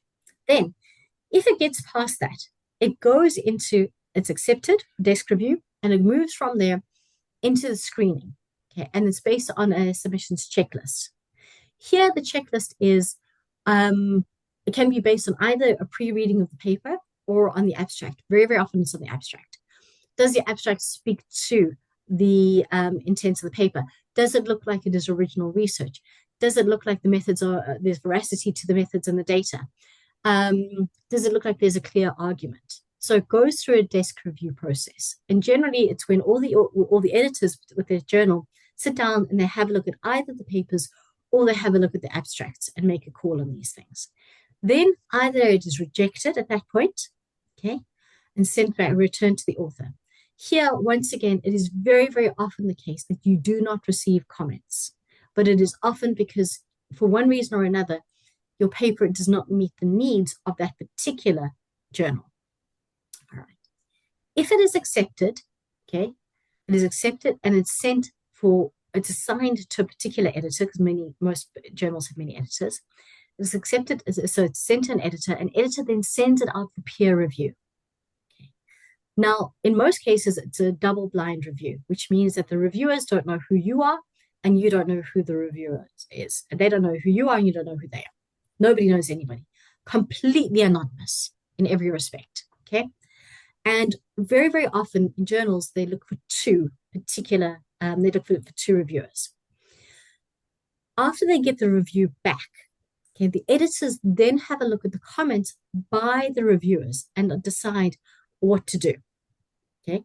Either they will take it, they will reject it and return it to author, very often with the comments, generally with the comments from the reviewers, or they accept it, okay? Or they might, not accept it, they might have some other comments to make, and we'll go through those at the moment. If it is accepted, okay, then it goes into copy editing. Once it's copy edited, it's revised slightly. At that point, you generally don't get a rejection. Once it's been accepted, it's very, very unlikely. It gets scheduled in for publication, and what will happen then is you get given a whole bunch of queries, like, oh, you said in the article that it was Rubin 2014, but in your reference list is 2015. Is it 2014 or 2015? You have used this particular diagram here, but you haven't told us who created it. Could you please provide a source? So they go through each article in detail and really break down and really give you some insight into what's going on. Then it's proofread, okay? They proofread it, they copy edit, they send it back to you to make sure that you're happy with any edits that they've made. You have to then look at it, then it's scheduled for publication, and then it's published. Okay, so that's the internal workings of what goes on. It sounds more complicated than it is. Okay, it's really not that complicated. And what you've got are the categories of different responses. So I've given them from green, which is go, to red, which is stop. Okay, the best one you can ever hope for is accept. Now, in my 20-something years of writing and submitting articles, I have never once had an accept. Never. Okay. I have, on a handful of occasions, had conditional acceptances, which means we want to accept it, but you might need to change something very, very minor. Or we've got a query about this. And it can be things like, I didn't fill in the ethics stuff correctly. Okay. Hello? Okay.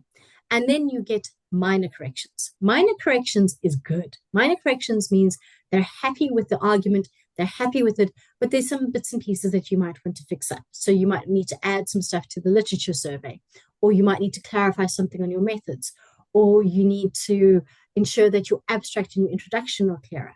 Those are the kinds of things that happen. Okay, quite a lot in that. And then you get major corrections. Major corrections is still good. Let me go with this. Major corrections is still a good thing to get. And it is where the vast majority of papers end up. Okay, this is really where what reviewers most often say and the kinds of things that editors most often send back. And major corrections are things like, you need to, we're not sure about the veracity of your data. Give us more evidence to tell us, what you've done. There might be things like, the paper, the way it's structured doesn't make logical sense. Please restructure it.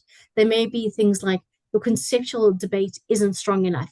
Please could you revise your conceptual argument and make sure that it speaks to current debates. All kinds of different things.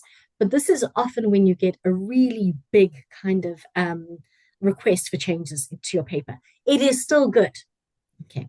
Now, when you get either minor corrections or major corrections, almost every single journal will ask you to respond to the reviewer's comments. And you need to do that in two ways.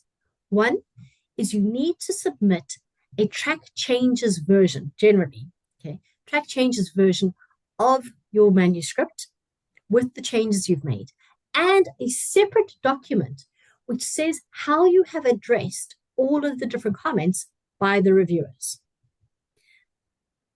Key thing to remember here, you do not have to accept every single comment that the reviewers make.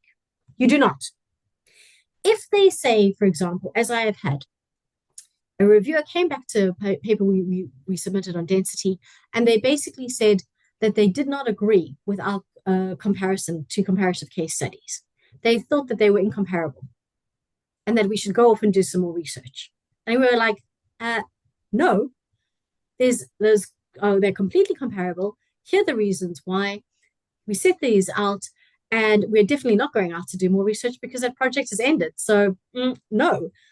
So you're absolutely allowed to do that. So long as you can justify why you are pushing back against a particular reviewer's comments, go for it. You can do it. But consider carefully. Almost every single time I get comments back on a paper, okay, whatever it is, and generally it's major corrections, major revisions, I look at it and I go, oh, they're idiots. They don't know what I'm trying to do. They don't recognize my genius, you know? And it's about my being defensive about work that I often feel very passionate about and very deeply about. And so I have a rule. I'm not allowed to respond to anything for 24 hours. That's my rule. I then go back and I re-look at the corrections at the comments after 24 hours. And I'm like, actually, they've got a point. Yeah, no, I see that. So when you have a look at these things, don't be defensive. See, often they are made, and most of the time they're made in the spirit of trying to strengthen and improve your paper. They're often made in the spirit of trying to make sure that your paper that they do the best for your paper and that it gets the best reception out there. The reviewing process is a constructive process. It is not supposed to be a destructive process. In all the years that I have edited, guest edited, special edited papers, I have come across one review, which I then had to apologize to the author and say, I don't agree with this review. I think this review is destructive, and I'm sending it to you only because I'm compelled to. But please take into consideration that nobody agrees with it. That is the only occasion. And I'm talking hundreds, and I've gone through hundreds and hundreds and hundreds of reviews in my time. So for the most part, they are wonderful and constructive and helpful. And when you become reviewers, you will be wonderful and constructive and helpful. Okay, and that's what you want to think about. Then the last two categories are reject and resubmit. Reject and resubmit will generally come with a whole bunch of comments, which will be things like, your paper isn't just, it's just not ready for publication.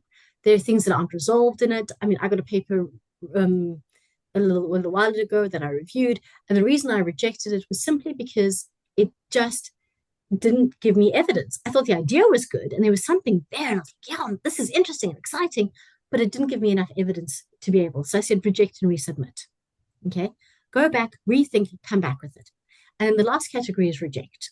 And reject generally here means one of two things. Either that there's a problem with your data, or they think there's a problem with your data, or it doesn't fit. They've read the paper and it doesn't fit for what the journal wants to do. It happens.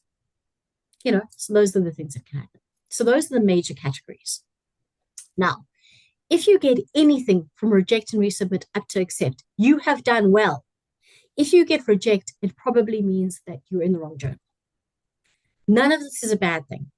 It is just all about how you develop yourself as an academic, as a researcher, and as a writer. Take whatever is said as something that is trying to push you, not something that is trying to hurt.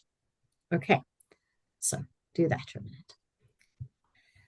Right, we're heading into the final stretch, everybody. Dun, dun, dun. Now, the other thing that reviewers do, and I am guilty of this as anybody else, is we make comments, and half the time you don't know what they mean. They're like, what? What are you talking about? So we're going to play a little game. And the game is called Interpreting Reviewers' Comments. Dun, dun, dun. So we're going to go into the Menti once again. Just stop sharing. And now you're going to have some choices around things that you might choose. Okay.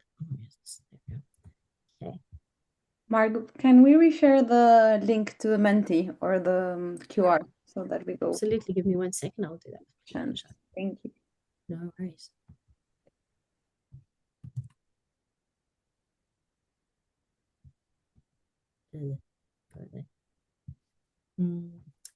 Lots of comments that I'm missing. Looking forward to those. Okay. Here we go. Here's the link again. Share my screen.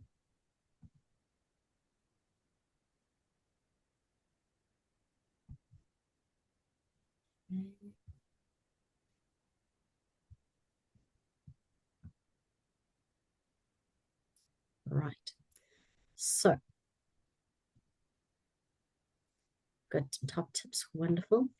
So, somebody decided to then. When playing this game, you have three choices. The reviewer has said the central idea is not clear. Does this mean, number one, I need to strengthen my argument? Number two, my title needs work. Or number three, the reviewer has no idea what I'm talking about. Okay. So, do you think it is number one, number two, or number three?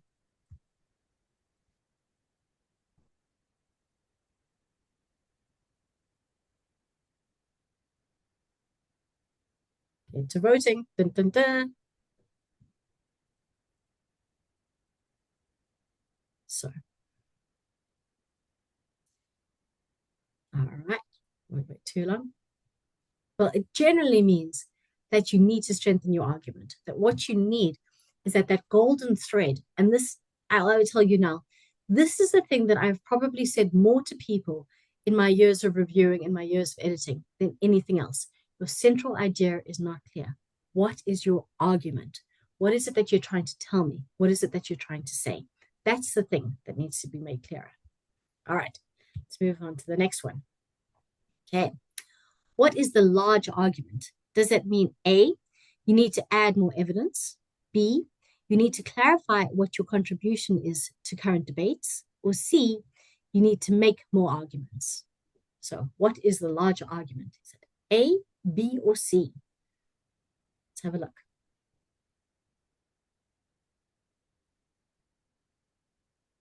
Anyone else want to vote?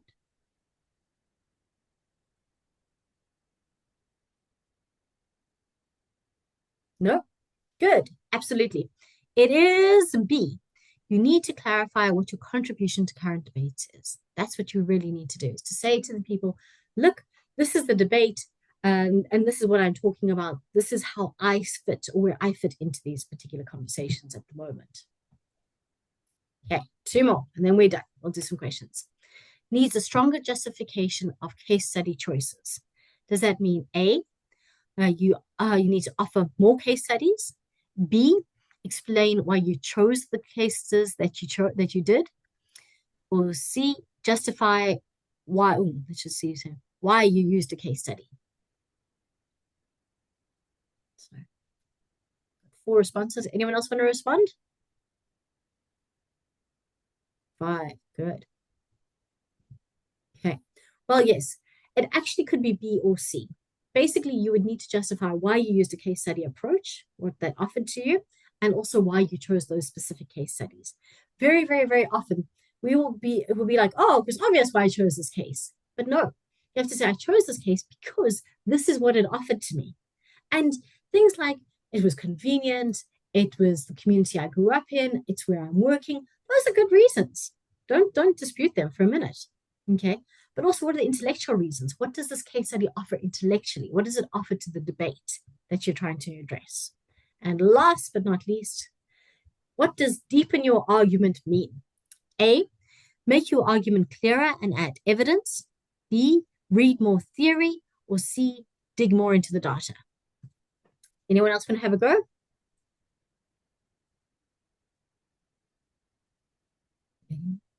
No? Okay. Cool. So basically, in this particular case, what we mean by this is A, make your arguments clearer and add more evidence. That's what we say when we say deepen your argument. And it is a classic trope that comes up all the time from reviewers. So well done, everybody. So for the most part, you can add up your scores and see how you did. Did you get 3 out of 4, 4 out of 4? How did you do? All right. So just to go back for a minute. Okay.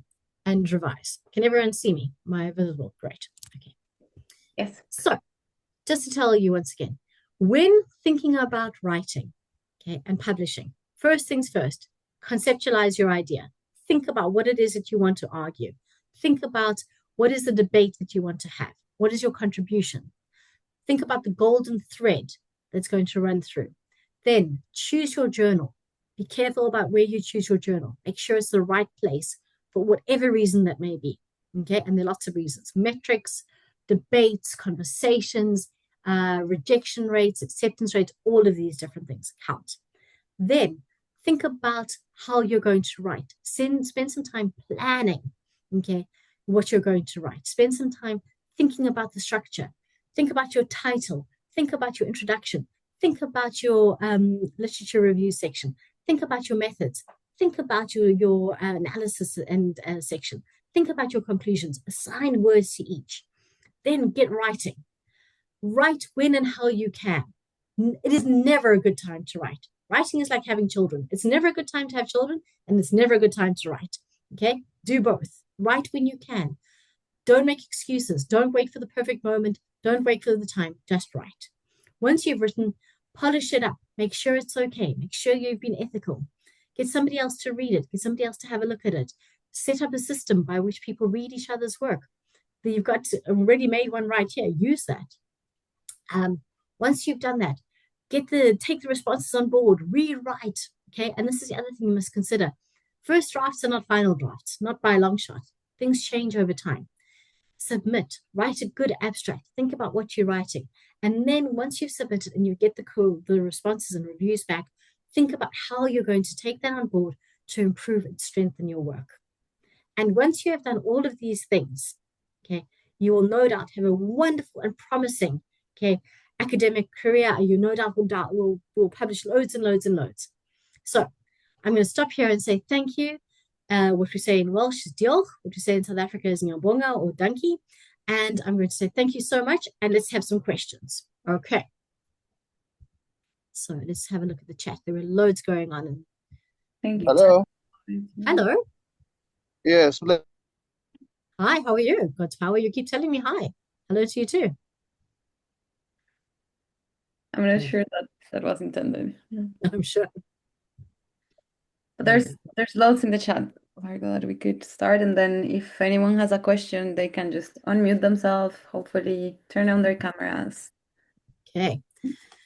All right. Can you hear me, please? God's power, are you talking to us or who are you talking to? Yes, I am talking to you, please. My question is, can I have a recording of this webinar, please? All that's been recorded, can one have a recording of it, please? The recording of this webinar will be shared during next week to all the registered participants. And please keep muted or use the chat or wait until we have the question sessions. Thank you. Okay. Let's have a look at some of these questions. Okay. So I'm just going through them. Okay. Considering citation, can you cite a work you have done yourself in a new publication? Oh, this has been some great answers. Yes, you can. Yes, very necessary. Absolutely. Yep, increases your citation. Well, it can increase your citation. It depends on which one you use. Some exclude self citations and some include them. But absolutely, cite your own work. You're your own best publicist. So if you don't believe in your work, and you're probably writing about the same thing, for a while. So definitely cite yourself for sure. Please, can you please? Yes, YouTube done. So there we go. That's all done. What are my thoughts on? I'm not clear with this. Sorry, what did I miss? Yeah, I haven't been able to get that one. Okay, no What's problem. time's up though? Christabel, if you want to unmute yourself, perhaps turn on your camera so we can see you if you can. Hello, yes, please. My question is, let's say you are someone that you are a talker. So when you write, it reflects in your write-up. You tend to write more than you're supposed to produce. And when you go over it, it all makes sense. But there's a situation you have to shorten it up. Can you use AI to do that? Yes and no. So you have to be careful. What you can't do is get AI to rewrite the entire thing. that you cannot do. What you can do is get AI to point you in the right direction and to say, what are the things that need doing to get this into the right direction? And I know it seems like a weird distinction, but that's the distinction as I understand it. But it is a really good exercise and it's really good discipline in terms of getting your ideas clear to see how eloquent you can be in terms of writing things as short as possible. Recently, I had to write a chapter which was 4,500 words, including references. Nearly killed me. But you have to be so sharp in your ideas to be able to write clearly. So spend some time writing and rewriting and refining your work, Christabel, rather than relying on AI to begin with. And then if you're still stuck, go and use AI as a way of getting pointers to how to do it. Does that help? Yes, thank you. No worries. Any other questions?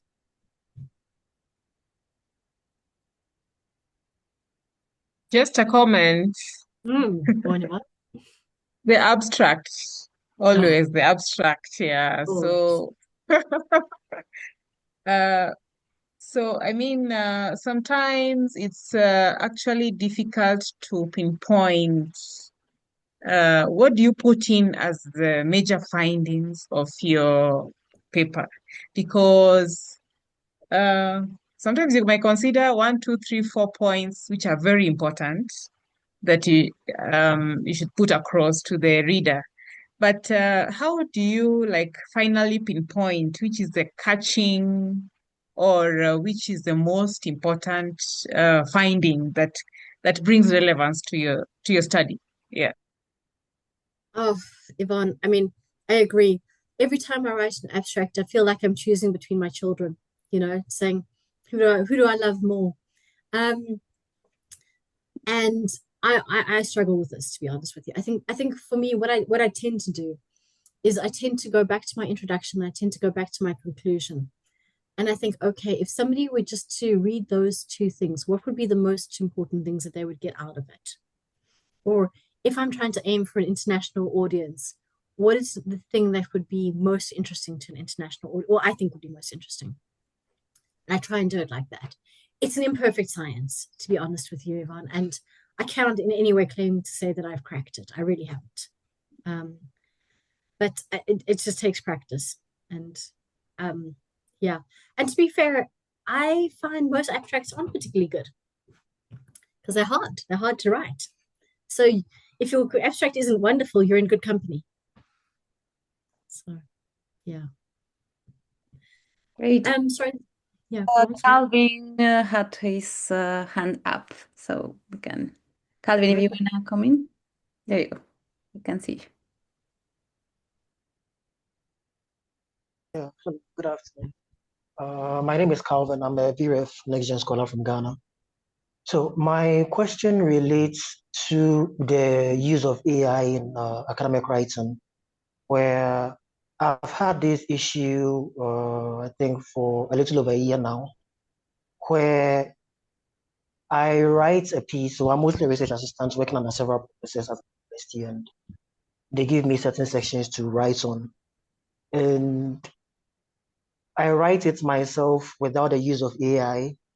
And whenever Turnitin now comes with an AI detection tool as well, you submit to Turnitin, and then something you know very well, you've written yourself, and now the AI detection comes back and starts telling you this is 90% AI written, that kind of stuff. To the extent I felt it was an issue with me, so my undergraduate thesis from 2018, where there are only 2 digital copies that exist, I submitted it to Turnitin and still got the same feedback that it's 80% AI. So in this age where human written content is often misconstrued, maybe how the writing style, the wording, the structure itself is often misconstrued as AI generated content, how do we navigate around this delicate space so that at least to some extent we as researchers at the end of the day have our work appreciated? I mean, I find that very weird, to be honest with you. I mean, I used to turn it in with my students as well. And what's interesting is when I do get an 80%, or such a really high reading for AI or for plagiarism or whatever else, then I go back and investigate and to see what's going on. Because you can do that. You can click on the button and it will say, this has been taken from these sources or whatever the case may be. But to be honest with you, Calvin, I don't know that I haven't had the experience where my writing has not been appreciated. I mean, I've been told I write badly, fairly often, and I've been told, that my writing's a little too informal, but I've never been told that it needs to be that it's AI. I've not come across that. Has anyone else had that experience? I don't know. Sorry, Nisha. Yeah, do you want to jump in there? Because Yeah, I'm so I have encountered this recently. This is like a lot of my colleagues have shared that their writing, which is not actually AI generated, is being read as AI. So, in fact, that is a problem that at our institution they are trying to tackle. And in fact, some of the works are very lab-oriented work, which cannot be AI, but is being detected as AI. So, yeah, so I understand what Calvin is talking about. That's really interesting. I mean, Calvin, I'm sorry, I don't have an answer for you. I don't know is the short answer. It is something that I can certainly look into and come back to people, but no, this isn't something that I've come across. So sorry. I will find out and come back. That's all I can do. All right, certainly. All right, thank you very much. There's Oh, I have a question. Maria, you want? no, Yeah, go. go ahead. Yeah. So I think I am talking on behalf of many people here from the Indian context, and also this is coming from like research groups that I am a part of over here. So especially in interpretative qualitative work where there is a lot of focus given on conceptualization of certain aspects, a lot of us end up waiting around work because we have not yet settled with, or we have not yet also often received validation for the kind of conceptual framing that we are working with, or the way we have interpreted like the data. So that also sort of slows down the publishing career in many ways.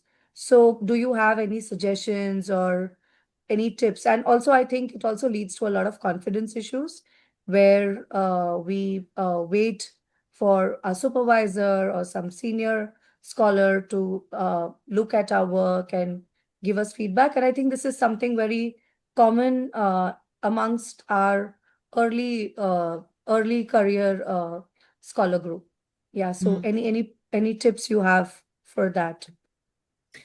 Oh, two things. The one is if you set up some kind of cohort of people reading each other's work, I think that might help, or instead of waiting for the. And the second thing is, you guys are not going to like me for this, but I'm going to say it anyway. You have to be brave. Submitting publications and submitting work is a process of being brave and knowing really well that you're going to be rejected at some point and that people are not going to always like your work. But you have to believe in it yourself. And you have to think that your work is worth publishing. And waiting around for somebody else's validation is probably the worst thing you can do. Don't wait. Get it out there. And if it's rejected, it's rejected. You'll survive. Nobody has ever died from getting a bad review. Okay. Not that I know of anyway. So don't wait for these things. Send it out there, get the comments, take the hit, move on with your life, improve next round. But no, if you're waiting for senior scholars, I mean, I'm not a senior scholar myself. I'm just old. But and I've been doing this for a long time. But I know that I would love to mentor more people and read more work, but I simply just don't have the time. And I would imagine that's true of many of my colleagues as well. So do it for yourselves. Take the risk. I've heard a couple of people saying that submitting is already success. If you've submitted, then even if you're rejected, you've succeeded at completing something. So I love that. Absolutely, Maria. I completely agree. If you have completed a piece of work and you've submitted it, you are a success. That is a big tick. You've done really, really well. they're asking for if you could share the publishing process just once more. Sure. Crystal says. I can absolutely do that. Give me one second. And Karen has already shared with us Yeah. another question. That's pretty. So here is the publishing process. I mean, it's not exactly like this for every single journal, but it's a pretty good. It's pretty much like this for most journals. Was there a particular question that was going to come along with this? Or? No, I think they just wanted to, Christabel just wanted to see it again. We're coming close to 1:30 or to the ending time of our session. So any last pressing question that anyone wants to ask, of course, besides, okay, yeah, very fast. Nurindi, I hope I didn't butcher your name. You can come and thank you. You're muted in case you don't. I've submitted an article for review. It came back with a lot of comments, but the main comment has to do with me going back to my data to try to bring some evidence to support my argument.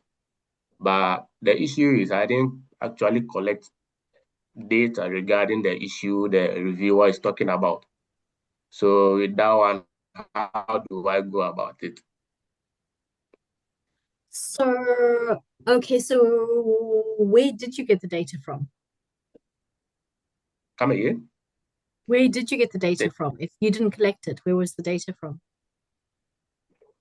I collected the data, but the issue the reviewer is talking about, the data didn't capture that. Oh, then you can just say that. I mean, if that's not, well, there are two ways of dealing with it. The one is if you're trying to make a claim about something and you don't have the data, you might have to get rid of that because you don't have the data to support it. Okay. So you might have to just say, I've taken it out of the article, which happens. It happens quite a lot. Or you can turn around and say, this is not part of my study and I haven't collected data on it. Or you could say something quite speculative and say, from the rest of my data, I speculate that this might be the answer. And so you can hedge a little bit on that. So, which we do. I mean, there's sometimes when you can say, from a knowledgeable perspective of a particular field, I think that this is what happens. But so long as you express it as an opinion and not as a fact, and so long as you say it's based on previous information, that's also okay. You just have to be honest about these things. So I hope thank you. We have one more question in the comment section. Do you want to take that and as the last question? How do you navigate yourself when writing on a new subject area, when writing a literature review? Oh. How do I start? I start often by talking to people who do know something about it. And that's often quite a useful thing to do. I've got a lot of friends in a lot of low places, and so I know quite a few people who've been writing on topics. So I tend to do that, and I tend to speak to people first, and then I ask them for recommendations. You can go online and ask for recommendations. LinkedIn is a good resource. Social media is a good resource. Go online and say, hey, I want to write about X, Y, and Z. Hit me up with your favorite papers on the topic. What do you think? That's also a really good idea to do. And then do the general Google Scholar search. And then I just roll. I just read. And then I spend a lot of time reading. And then I go into reference lists and I see what other people have read. And then I go back and back and back. And so it's like a form of snowballing, in effect. I just snowball it and I read as much as I can. And then I spend a lot of time doing that. And then if I think that also, if I'm not sure I understand something, I try and talk it out with someone. So a couple of years ago, I was doing some stuff on rhythm analysis and I wasn't getting it. So I went to a friend of mine, SJ Cooper Knock, and they love the stuff, they know it. And I went to them and said, hey, help me out. And then we sat and they worked through it. So check, ask people for advice, ask people for recommendations, read as much as you can. And if you're not sure, ask for help. There's nothing wrong with admitting you don't understand something. The world is a complicated and interesting place. So, kind of enjoy that. Don't know if there's anything else. Great. No, I think we're already 1 minute past the time. And I already see Karin suffering in her Swedish punctuality. So I think it's time to wrap it up, but it was amazing, Margot. Thank you so much for all of this guidance and hope and even energy to get us writing and through this process that is so hard to navigate. I think there were a couple of really good ideas in terms of putting together reading groups, which we'll make sure in the NextGen community to see how we can address this and make it thematic perhaps, but I also would second the one that was put in the chat in terms of writing together, do comparative cases if you are already ahead in the process of writing, and then putting more than one author into a paper. It's a very, very good strategy. Nish or Shahan, if you guys want to come to close this session with me as well. Can I just say one thing? Of course, Mark. Big thank you to everyone. Thank you so much for the invitation, and thank you so much for allowing me to speak. I really enjoyed this. I have put my email address in the chat. Please feel free to get in touch. I will not be able to read papers, I'm sorry, but I would love to hear from you if you have some questions or follow-up questions. So thank you very, very, very, very, very much. Thank you, Margot. I think this was a very wonderful session. Yeah. And Karin, I think you would like to say something. On behalf of VREF Secretariat, I would like to thank Margot and the entire NextGen team facilitators for providing this excellent forum today, and to all the participants for joining. And it won't stop here. We will keep the discussions going and look forward to working on your ideas. Thank you. Thank you, everyone. Bye. Thanks, everyone. Bye. Nisha. Hi. Hi. Nisha, Hello. I want to say hi to you, Nisha. From Hi, Nairobi. David. Bye. Hi. This is Nisha from Nairobi. I have followed. Thank you so much. I was not. Thank you so much, everyone. Thank you. Thank you for being here. Oh, thank you. Are we going to get the recordings? Yes, recordings will be sent out next week together with Margot's slides. Oh, yeah. We have really appreciated the insight. Thank you so much from Nairobi.